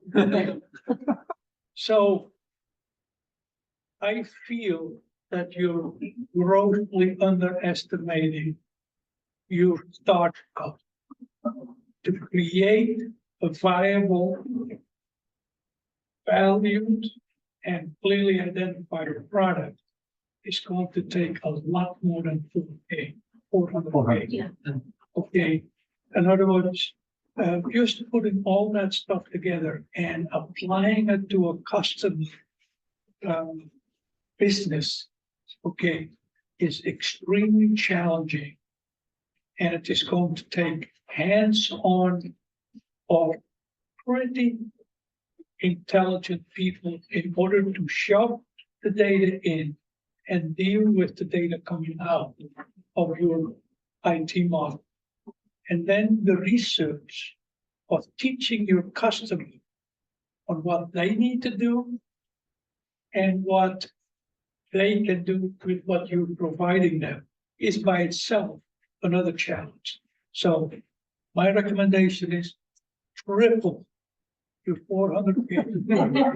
Yeah, I actually have an answer for that, since our time, we run both models, hiring here in the US and hiring in Latin America. Those 400K would last like, it will be like $1.2 million in Latin America, hiring Latin talent. And also we were thinking about using the pilot, because they're not going to be free, to fund also the operation. So the first like 3 companies are also going to fund the development. So that's more or less that how we went to that number, but yeah, it's The software engineers from Brazil. yeah. Well, I would say just on that, I just tell you my story. I started, my first company, I raised $70 million. And it was so much fun spending it. Huge product, going out and solving big problems, right? And a little bit of money didn't make a lot. Second company started with $1 million. Okay. I just exited out my payments company 2 weeks ago. It's $1 million. Okay. And we got up to 170 employees. It was a very simple product. It was a electronic signature product that eventually evolved into a whole platform for hospitality, payment, tech, and really scale. But in Agentis was the same thing, right? It was just very simple. But you can, my experience in enterprise software is you got to start out with a very small niche. You have a big problem you're trying to tackle. Okay. You got to narrow, right? And say, here's one thing we're going to do, like your point, is supplier engagement, supplier information tracking, solve that problem, right? They build something very small, succeed, generate some revenue, really iterate and get product market fit. Then you add a feature, generate more revenue, add another feature, keep expanding it. Because if you do this, right, you're trying to solve a huge problem, which is could cost you a lot of money. You're going to burn a lot of money and you're not going to make a lot. It can be a lot harder unless you really hit it big.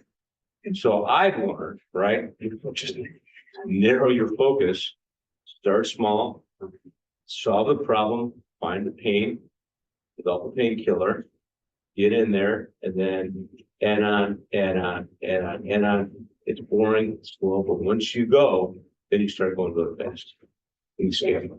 So the product plan, that's what the product plan was all about, right? Yeah. And the one thing that I like about what I've seen in this from a business model perspective this evening is that it's a pain point for customers, right? And they will be developing a defensible software solution that they can co-develop alongside a customer who's probably willing to pay for it along the way, right? Like this is a business model that if you do your job right, and you focus like Tim is talking about, right? You can develop it profitably on a timeline where you're not burning yourself out, right? Like you have the time to develop an effective solution that has high barrier to entry from another competitor, right? Like you're getting custom data from a supplier that wants to work with you and to develop a solution for you. So I love the direction it's going, and especially if you have 6 clients that are already willing to help you build a pilot AI model, everything about that says, great, you're onto a hard problem. And now it's a question of managing your scope and your scale and managing to preset benchmarks. So you make sure to keep those customers and those JVs that are willing to go to that. Yeah, I think these are all great points, and kind of building on all of them. One of the things you have to think about is how are you going to get your data in a consistent format from all these different sources? Because in order to train your AI models, the data has to be consistent. That's one of the biggest problems that I'm seeing in my business in generating AI models around inverters and the efficiency. The data, everybody's got a different format. So that's a big problem, and building small and then building up is a great solution.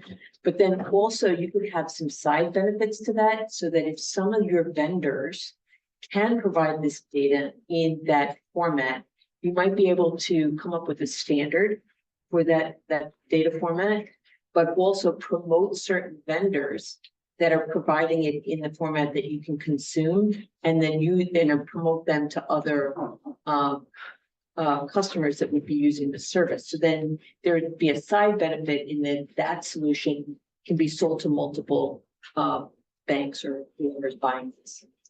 And the beauty of your model is you have built-in virality. So every client you have has vendors. Yeah. And those vendors could also become your clients. And those vendors also have vendors. Yeah. And they can become your clients. So if you set the standard, the question is, do you start at the top of the tree where you have the most elaborate, high tier customer, or do you start maybe closer to the ground with the lower tier?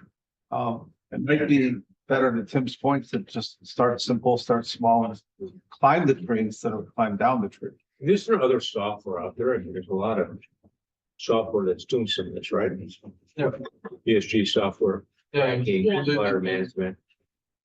First, definitely watershed are like, the top startups that they were founded like 3 years ago, more or less, and a couple have been acquired by Salesforce and another by IBM. Yeah, IBM business. Something to not underestimate is, you're talking about a Latin American market. And the business culture in Latin America, the business culture in the US is slightly different on variable dimensions. One of them is how one builds trust. In the United States, you build trust through execution. I've done it, it works, I can repeat it, therefore you should trust me. And that's great when you start with a small group and then you can take that data somewhere else. But in cultures like the Latin culture, trust is built on a relationship, on the entire individual. And you guys are already past that mark because we already have that relationship established. So you can actually fail a lot and still keep the relationship as long as you respond well to the failure. And in this particular case, starting at the top builds a type of credibility and trust to the bottom that isn't quite the same as in the US. I was going to say, if you have a powerful first client that has a very strong allegiance to you, they will drag their vendors and suppliers into this ecosystem, and you may not have to. Right. In fact, you might get overwhelmed with too many clients at once. At the end of the day, all people being on the planet don't like to change their habits, so it's still tough to get suppliers to submit the data. Unless your customer tells you to. Unless you're. That's the easiest way to change. This problem is adjacent to many other problems. Like I'm getting inundated with our customers sending us forms for cybersecurity data. And if the problem we're having is every customer sends it to us in a different questionnaire. Or go to my portal, or go this way. If there was a standard, so if you could create a standard, then you could own the market, right? So is there a governing body around all this information of like what and how much? Or the other thing you might want to look at is a concept called asset administration shell, which is big in Europe, not so much here, but it's a standard for sending electronic data about components to different customers. So like in Europe, the German car makers are basically enforcing this on their supply chain. And it's essentially a digital twin of the component, sending it electronically so they can just pull it and then, design models around it. Everything you need to know is there. Yeah. I definitely recommend that you seriously add a component for long-term success where you catalog the data, even during the pilots, into a standard format, so it becomes your data and your strength to deal with customers that are not going to be that free in providing some data, so that you have the resource of data that forever grows. Okay. And then the business model, you might want to study, it has been brought up in previous classes. Look at the Epic model of healthcare records, how that became a monopoly because they promulgated the first standard that even Kaiser couldn't compete with. Okay, Kaiser Medical. And Epic now owns that market, lock, stock, and barrel. To find the data model. Define the data model, get a data scientist on your team that will specify what, even if you get incomplete data, but then you've got to start putting it into a data model that is very, very robust and can be taken to an open market. We give you all this feedback because frankly, we think very highly of your team. You've got you've come a long way and I think you can go a long way. So congratulations. Nice. Nice. Heidi, go ahead. Yeah, great. No, I loved it. I thought it was really good. I just want to say too, because I work with a lot of companies in the AI space, and there's so many claims out there. Everyone's making claims, but you're really clear on, the black box concept, the human interactions side of it. So just keep that in mind as far as imagine your buyer is hearing so many different AI claims, so the fact that you've got traceability and it's explainable AI, I think will go a long way. And then I loved how you showed the TAM, SAM, and got it straight into revenue. And then the third point I was going to make is about the problem market fit and prioritizing and which element to go after first. You could turn that into a workshop. So you could bring a few of those customers together, turn it into, a half-day workshop. They'll get a lot of value out of it, and then as an industry, you can help prioritize and help drive the conversation and really be helping set that agenda. But great job. I thought it was really good. Thank you so much. That'll help drive your data model as well. That workshop would become the precursor to your data model. So, all right, thank you, Heidi. Thank you. All right, next up would be Sunfish Energy. And this is our last one tonight, and I think we're end early. We didn't run over. 5 or 16. 5 or 6. 8. Yeah. So draw a line of 30. Oh, that's good. See, this is how you get the 8. I know. Then 35 becomes 40. I know. Or make the names. Bigger. 5 or 6. Well, that's too big. 5 students, 45. Let's ask, am I right? 4 to 5 students. 4 to 5. Okay, Sunfish, take it away. You got 10 minutes. All right. We are Sunfish Energy, a future manufacturer of modular dual-use solar and aquaculture systems, which lower initial cost of installation through scalable manufacturing and creates diverse long-term revenue streams for all its customers. This is our team. We come from a wide variety of backgrounds, but we're gonna hop on through. Okay, so innovative energy solution are transforming the way we generate power, but efficiency and cost remain critical challenges. Right now, installing a floating photovoltaic system costs around 1.2 million. That's a huge investment, and with high upfront cost come higher risk. But what if we could change that? What if we could lower installation cost while also reducing the risk, making project more successful and more profitable in the long run? That's the challenge we set to solve: how to take a rapid growing market and make it even more efficient and financially viable. Exactly. So like Roy said, we identified a problem in the renewables market. Land scarcity is a big issue with land-based solar right now, and the promising alternative, FPV, is cost prohibitive. This prevents the U.S. from meeting its renewable energy goals or its energy goals in general, and from using sites that could otherwise support floating solar. Right now, the market is promising. The renewables energy market is booming. The CAGR for FPV between 2024 and 2032 is 10%, reaching over 8.6 billion. The aquaculture industry is seeing rapid revenue growth. So the market is shifting towards multifunctional, high efficiency solutions that maximize space and output while maintaining environmental sustainability and energy dominance. Sunfish Energy's unique solution is a modular system of interconnected solar and aquaculture with the aquaculture habitat right under the solar panel. The system is scalable and cost-effective with dual revenue streams and reduces land use, water evaporation, and algae growth, which enhances the aquatic habitats.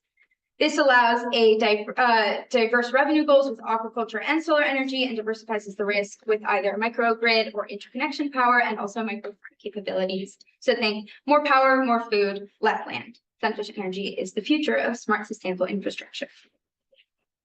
Let's see the main points. With the one big one, with FPV is cost. Currently at scales, it costs 1.2 times the cost of land-based solar. We want to get that down. Now, an issue with normal solar, land-based, is that there's concern about putting arable land. Why put solar panels when you already have perfectly good farmland where you can graze cattle, where you can grow corn, all sorts of crops already? Another issue is geographic energy mismatch. You have places like California or the Southwest, where one more additional unit of solar power isn't really gonna add that much in decarbonization, right? We already get that peak during the day or that dip during the day of energy prices because all of it's online. But if you look at somewhere like New England, for example, they really don't have that amount of solar power yet. The reason for that.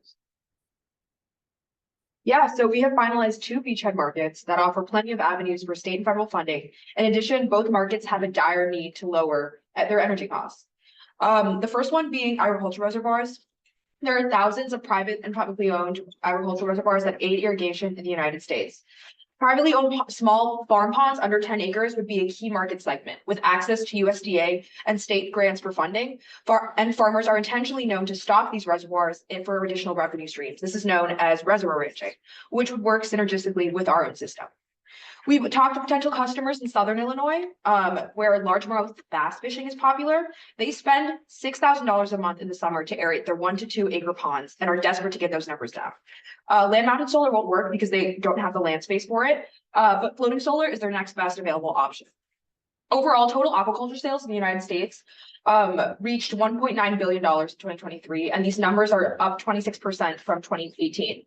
So fish, shellfish, oyster farming is an emerging and growing market with many farmers ready to take the bait.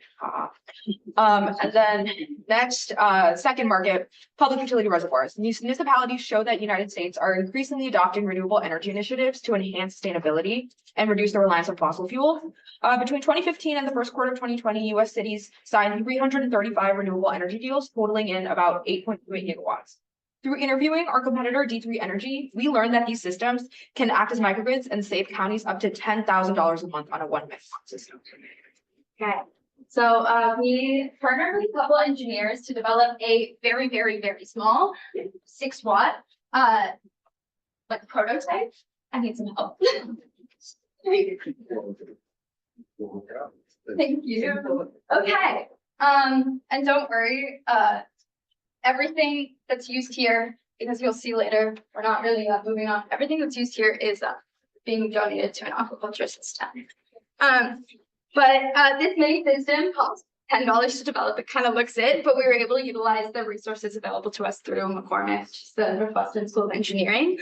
And so, as you can see, the system is very small scale, but it floats and contains a 6-watt solar panel that can connect into a USB port and like charge your phone if it's in the light.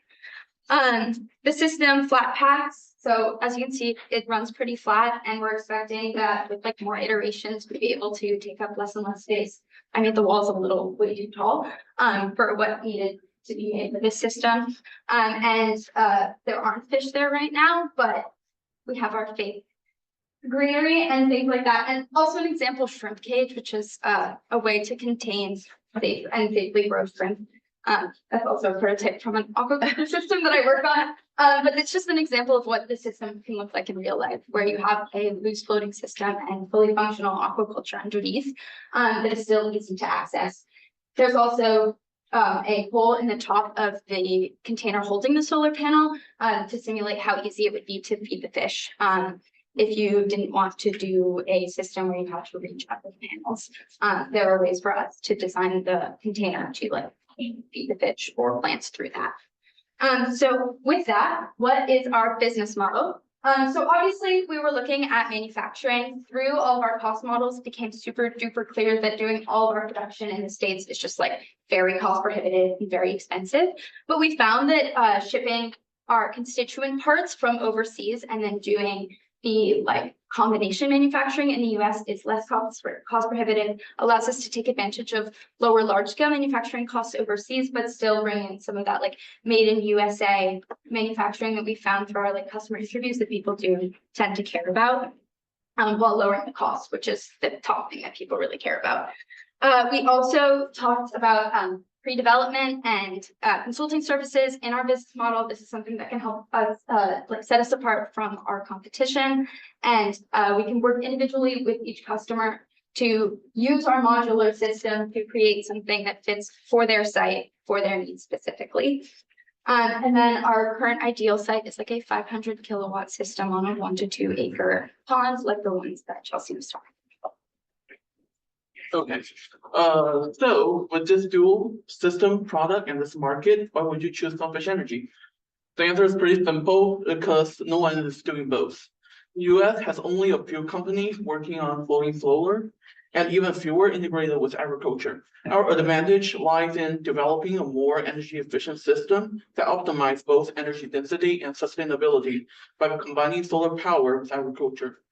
Companies like First Solar, Open Sun, and D3 Energy focusing on floating solar, but none integrate agriculture. Ocean Rainforest engage in sustainable kelp farm, but lack energy production. While Wrigley Springs specializes in fish farming with no clean energy initiative. So by bridging the gap, we can create a more sustainable and innovative approach to both industries.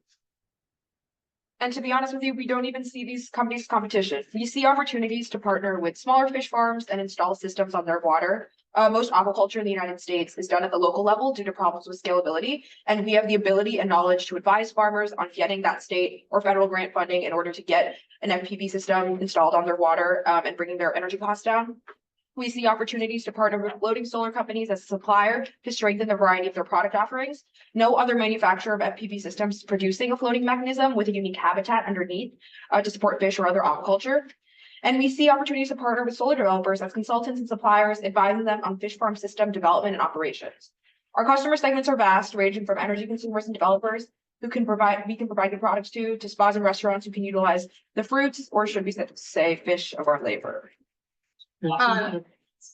We did develop kind of a updated, but still quite rough economic model just to show that this product is competitive compared to others on the market. If a current FPV system for a 1 megawatt system costs 1.2 million, this one for just the supply cost does pull still under $1 million.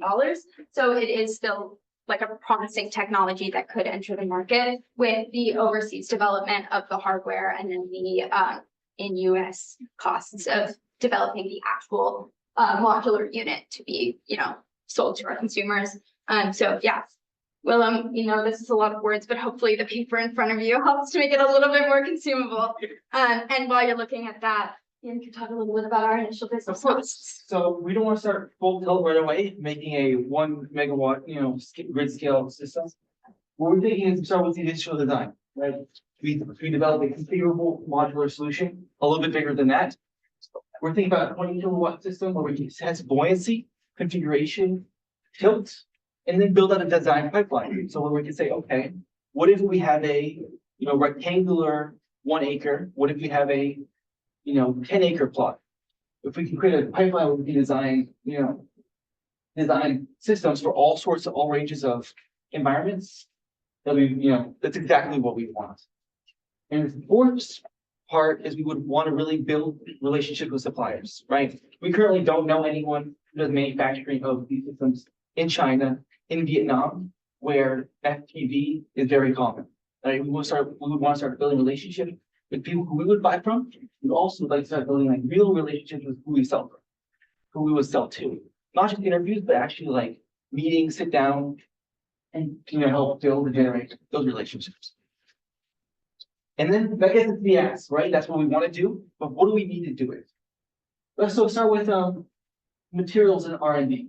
We think it's about 100,000 for the initial R&D of this 20 kilowatt system.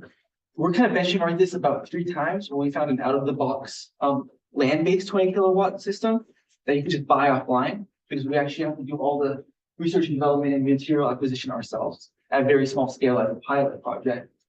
Then we need an additional $5,000-ish for simulation online CAD computing. And we don't know everything ourselves. So we would want to partner with some external consultants that have, a bit more knowledge in the actual renewable energy space that we could bring on as, smaller consultants. About $25,000. Then of course, we cannot be homeless. It'd be about $20,000 to help, give us a place to live over the summer. And what does that give us, right? That'll give us, hopefully that is enough to get a good understanding of our IP, right? We would use this money to meet with IP lawyers to help us understand how we would, tag our designs. Then we also have a full business model developed alongside the small pilot project. And of course, we also learned something along the way, hopefully building a knowledge base underneath us in the business. Yeah, so looking ahead, our technology has real potential. Companies like CL and Terra, which is another competitor of ours, emphasize innovation and customization, and a growing interest in floating solar presents opportunities for our product to diversify current FPV offerings. So as an exit strategy, we could sell our IP or get acquired by our competitors because the demand for sustainable solar/aquaculture solutions is clear. If we had another 10 weeks, we'd probably focus on more research. So interviewing manufacturing experts who can help us build out a pipeline for production and a procurement process, developing a larger prototype, obviously, like Ian mentioned, and conducting direct competitor comparisons. And then we'd also refine our financial model to include contingencies like tariffs and possibly grant removals. So while this is the end of our current journey, it's only the beginning of what's possible for floating photovoltaic aquaculture. All right, yes, stop. I love the prototype. I got. Yeah. We don't get that up. Yeah, I love it. The ideas that come from that, I mean, you could have a solar panel that floats that's in the form of a water lily. I mean, you've got flexible panels now that can be formed in any shape and any color. So why not make it somewhat decorative? It opens up certain markets for you, like botanic gardens and restaurants that have floating, gardens, all sorts of opportunities that otherwise might be closed to you. But if you need another 10 weeks, Professor Akuno is glad to offer you another 10 weeks. He's got a class next quarter, right? Yeah. That will actually let you do exactly what you can do. In other words,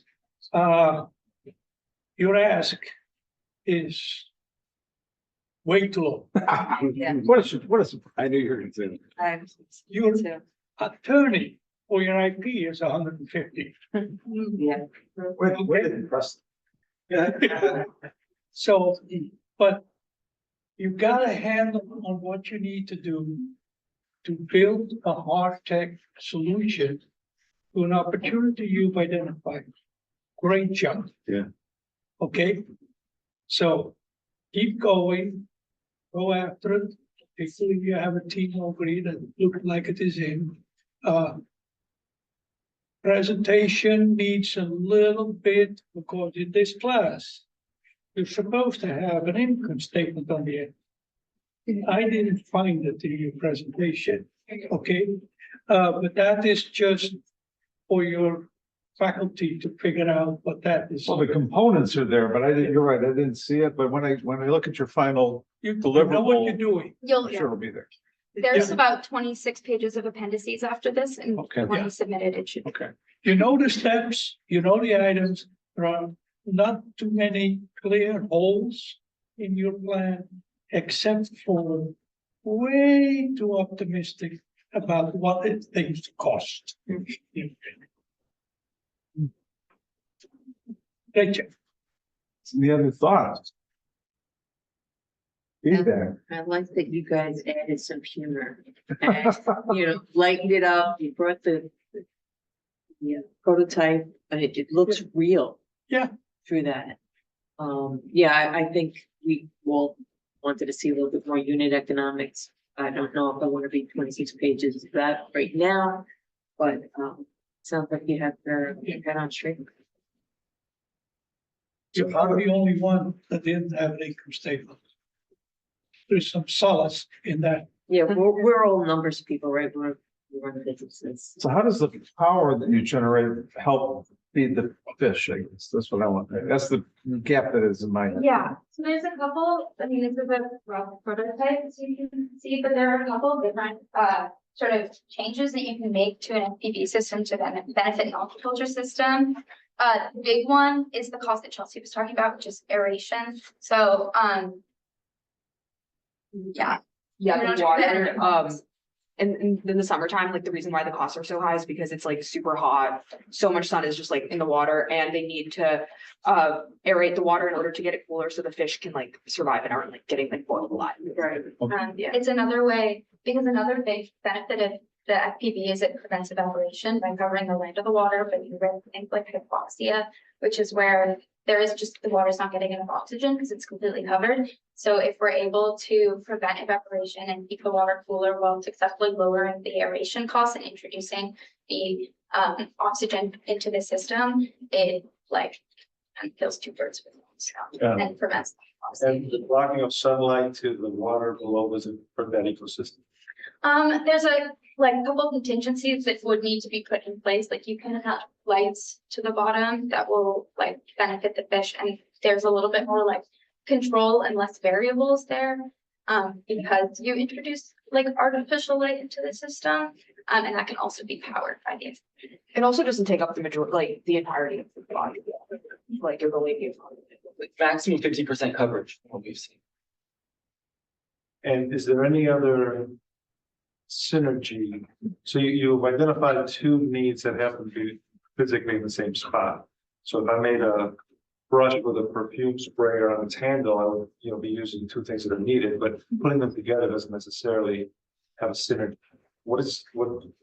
Yeah, so what we found on the market right now is there are like existing FPV and agriculture, but the reason the like cost is so high is because like combining those is very difficult and very expensive, and no one is doing that right now, even though we know that fish farmers and like large scale pond owners could benefit from it. So I think the synergy there is like, there's just like a gap in the market. So if I'm a fish farmer and I've got my fish situation optimized, why not just buy floating solar panels on it? Our idea is that because of this, the system we're developing is optimized to like coexist with agriculture. It's also the consulting part of it, like at the end of the day, these farmers don't have the bandwidth to support like going out and finding these like state grants or federal grants or whatever to fund these things. And working like with an developers, or working with developers to like get the contract sorted or anything, and we would be kind of the median. But you don't need that to be connected to the fish in order to have.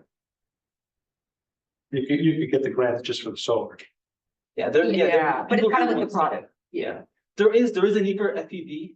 There is a need for fish. This is just a very niche market, right? Some people will just want FPV systems. So I guess what I'm trying to communicate, I'm sorry, I asked a lot of questions. I'm curious, is if there was a synergy, a sum of the parts is greater than the whole, then that would be a very powerful statement that would make me say, oh, by combining these two, you're doing something. Maybe half the parts are all the same, and therefore you're saving half of the physical materials. Whatever that may be, if you could identify for me why combining the two is efficient. Because typically, when you have two jobs to do, and you try to do both at the same time, you're not doing either one very well. So but there's going to be some synergy, and I think there probably is. If you could just communicate it, that would be great. Yeah, I think this answers your question.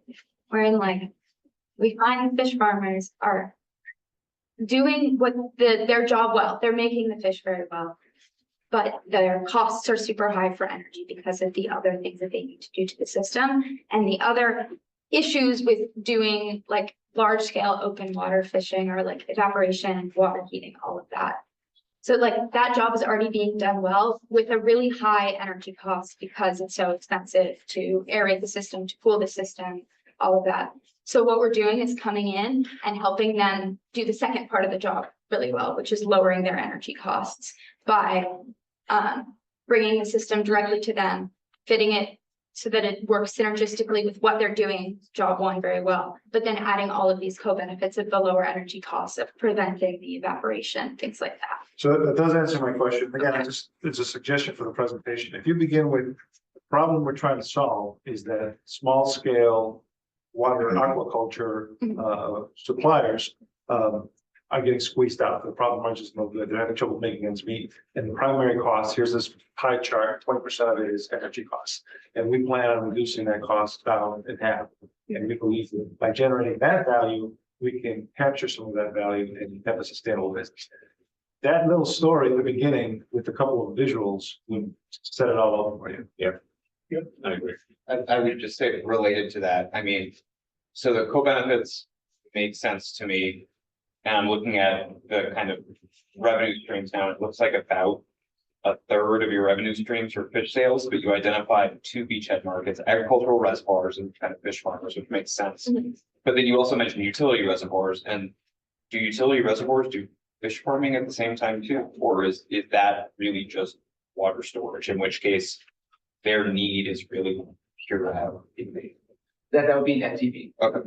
Okay, which kind of comes back to the point, right, which is if you can propose something that is two parts and maybe there's a value to where the whole is greater than some of its parts, but there is still economic value in just the consulting design services that come with a customized FPV solution for someone maybe that doesn't need the fish piece, then that could be a way to address these concerns, right? You're like, I can have it both ways if we prefer to get the integrated piece with co-benefits, but we recognize that some people may not need all of this and there is still economic value in breaking it up into pieces.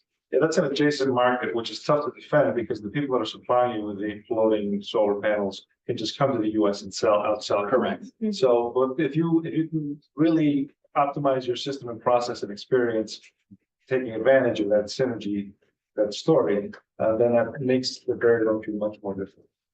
The more you can like create IP around the aeration piece, which I think you can prove will improve the yields of the fish farm. But I think lighting is something you should look at. Phytoplankton respond to certain types of frequencies of light.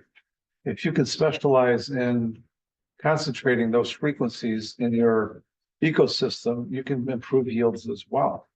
And I think the more you can tailor the system for the needs of the fish farm, the more you can protect it and have something that's defensible. That gets the synergy. I'm trying to build on the synergy. No, I felt it was there, I just didn't get it. Yeah. My main comment, just to bring that up on. Have you looked at light or is it mostly aeration you've been looking at? Mostly aeration filtration. Okay. I mean, there's, like on the aquaponic system that I work on, we do a lot with like the timing of the light.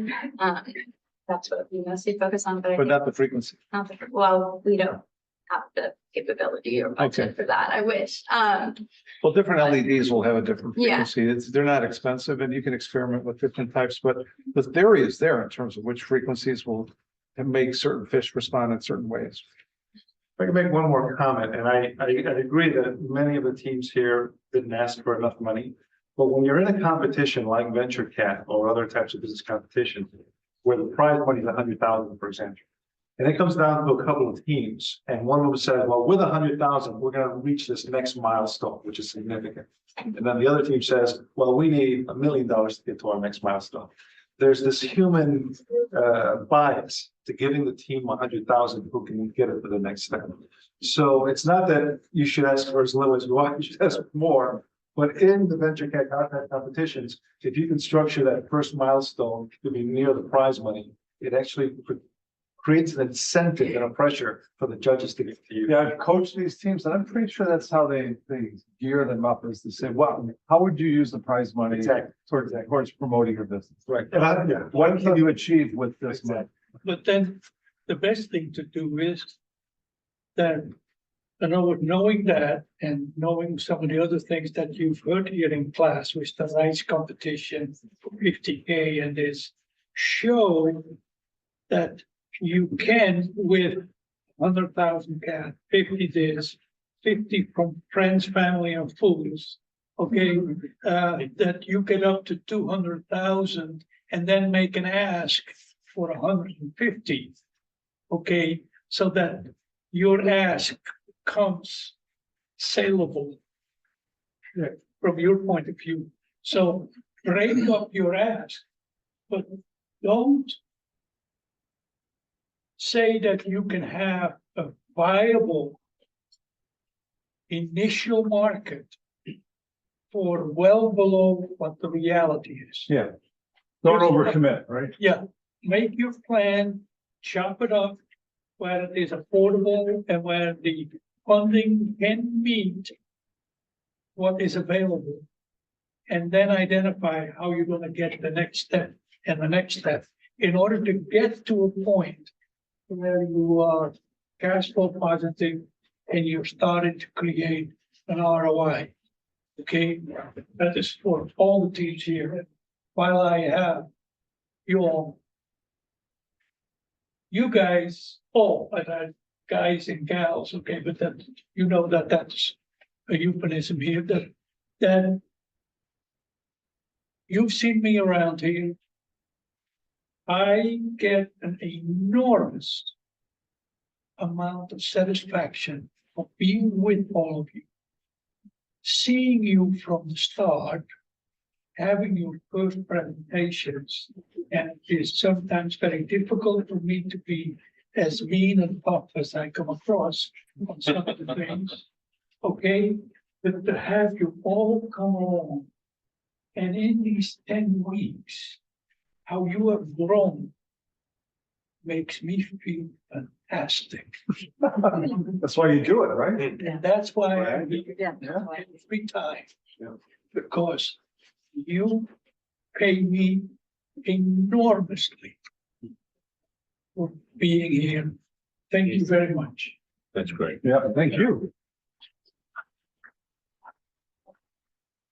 I recognize all of our advisors are volunteer, right? So we don't pay them anything, at least not out of our budget. We pay you with satisfaction, but not with it. 50% of the Yeah. ideas. My pay is, Good you job. In the cannot, heart, right? you cannot buy Yeah. the pay I get. So last words here, I just want to mention that the venture cat applications are going to open up March 31st. So keep your eyes and ears open, pay attention, jump on it right away. If there's not an energy track, you guys ask for an energy track because you deserve one.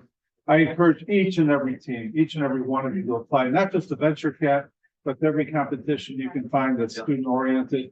You guys are going to do well. We've been giving you a lot of feedback.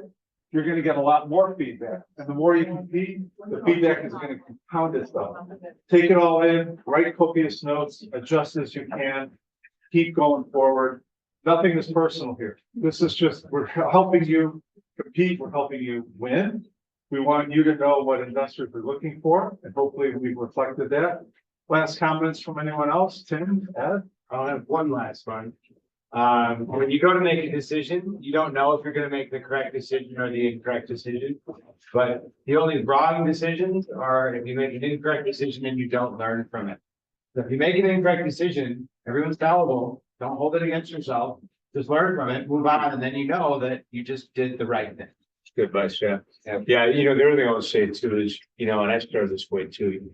All of you are very ideal looking, and you should be, right? They're both Western students and graduates, right? You have to go out and change the world to make it back, make it a little better, and you should think of them. But before you get big, you gotta do small. And, as I said earlier, think about solving practical problems that may be small, that you could get paid for, that you could make money on, right? And you work your way through the process. Because sometimes thinking too big, going too quickly after a huge goal, right, can really lead to more failure and higher probability to get there. So work your way up, think big, think bold, change the world, solve practical problems that you can get paid for, you can make money on, right? And work your way through it. You can do it. And your advice. Yeah, and you know what? The other thing I'll say is make decisions. If it's a reversible decision, make it. And move and learn, like you said, if it's irreversible, think a little bit longer, take your time, but you gotta learn as you go along. You learn by doing. Yeah, just what you said. And keep it lean, spend as little money as possible, as little time as possible, and try to keep moving forward as much as you can. Thank you all. I thought it was a good quarter. I hope it was a great quarter for you. See you next quarter. Thank you guys, Mark and Ian, fantastic. course. All of you guys are great.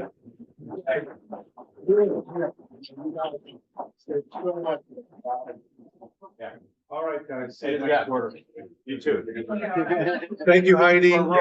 Thank you. Great stuff. Great evening. Thanks. Thank you. Good night. Appreciate it. Have a good one. Yeah, absolutely. We can invite you. You're invited. Yeah. Good to see you. I'm gonna post the video.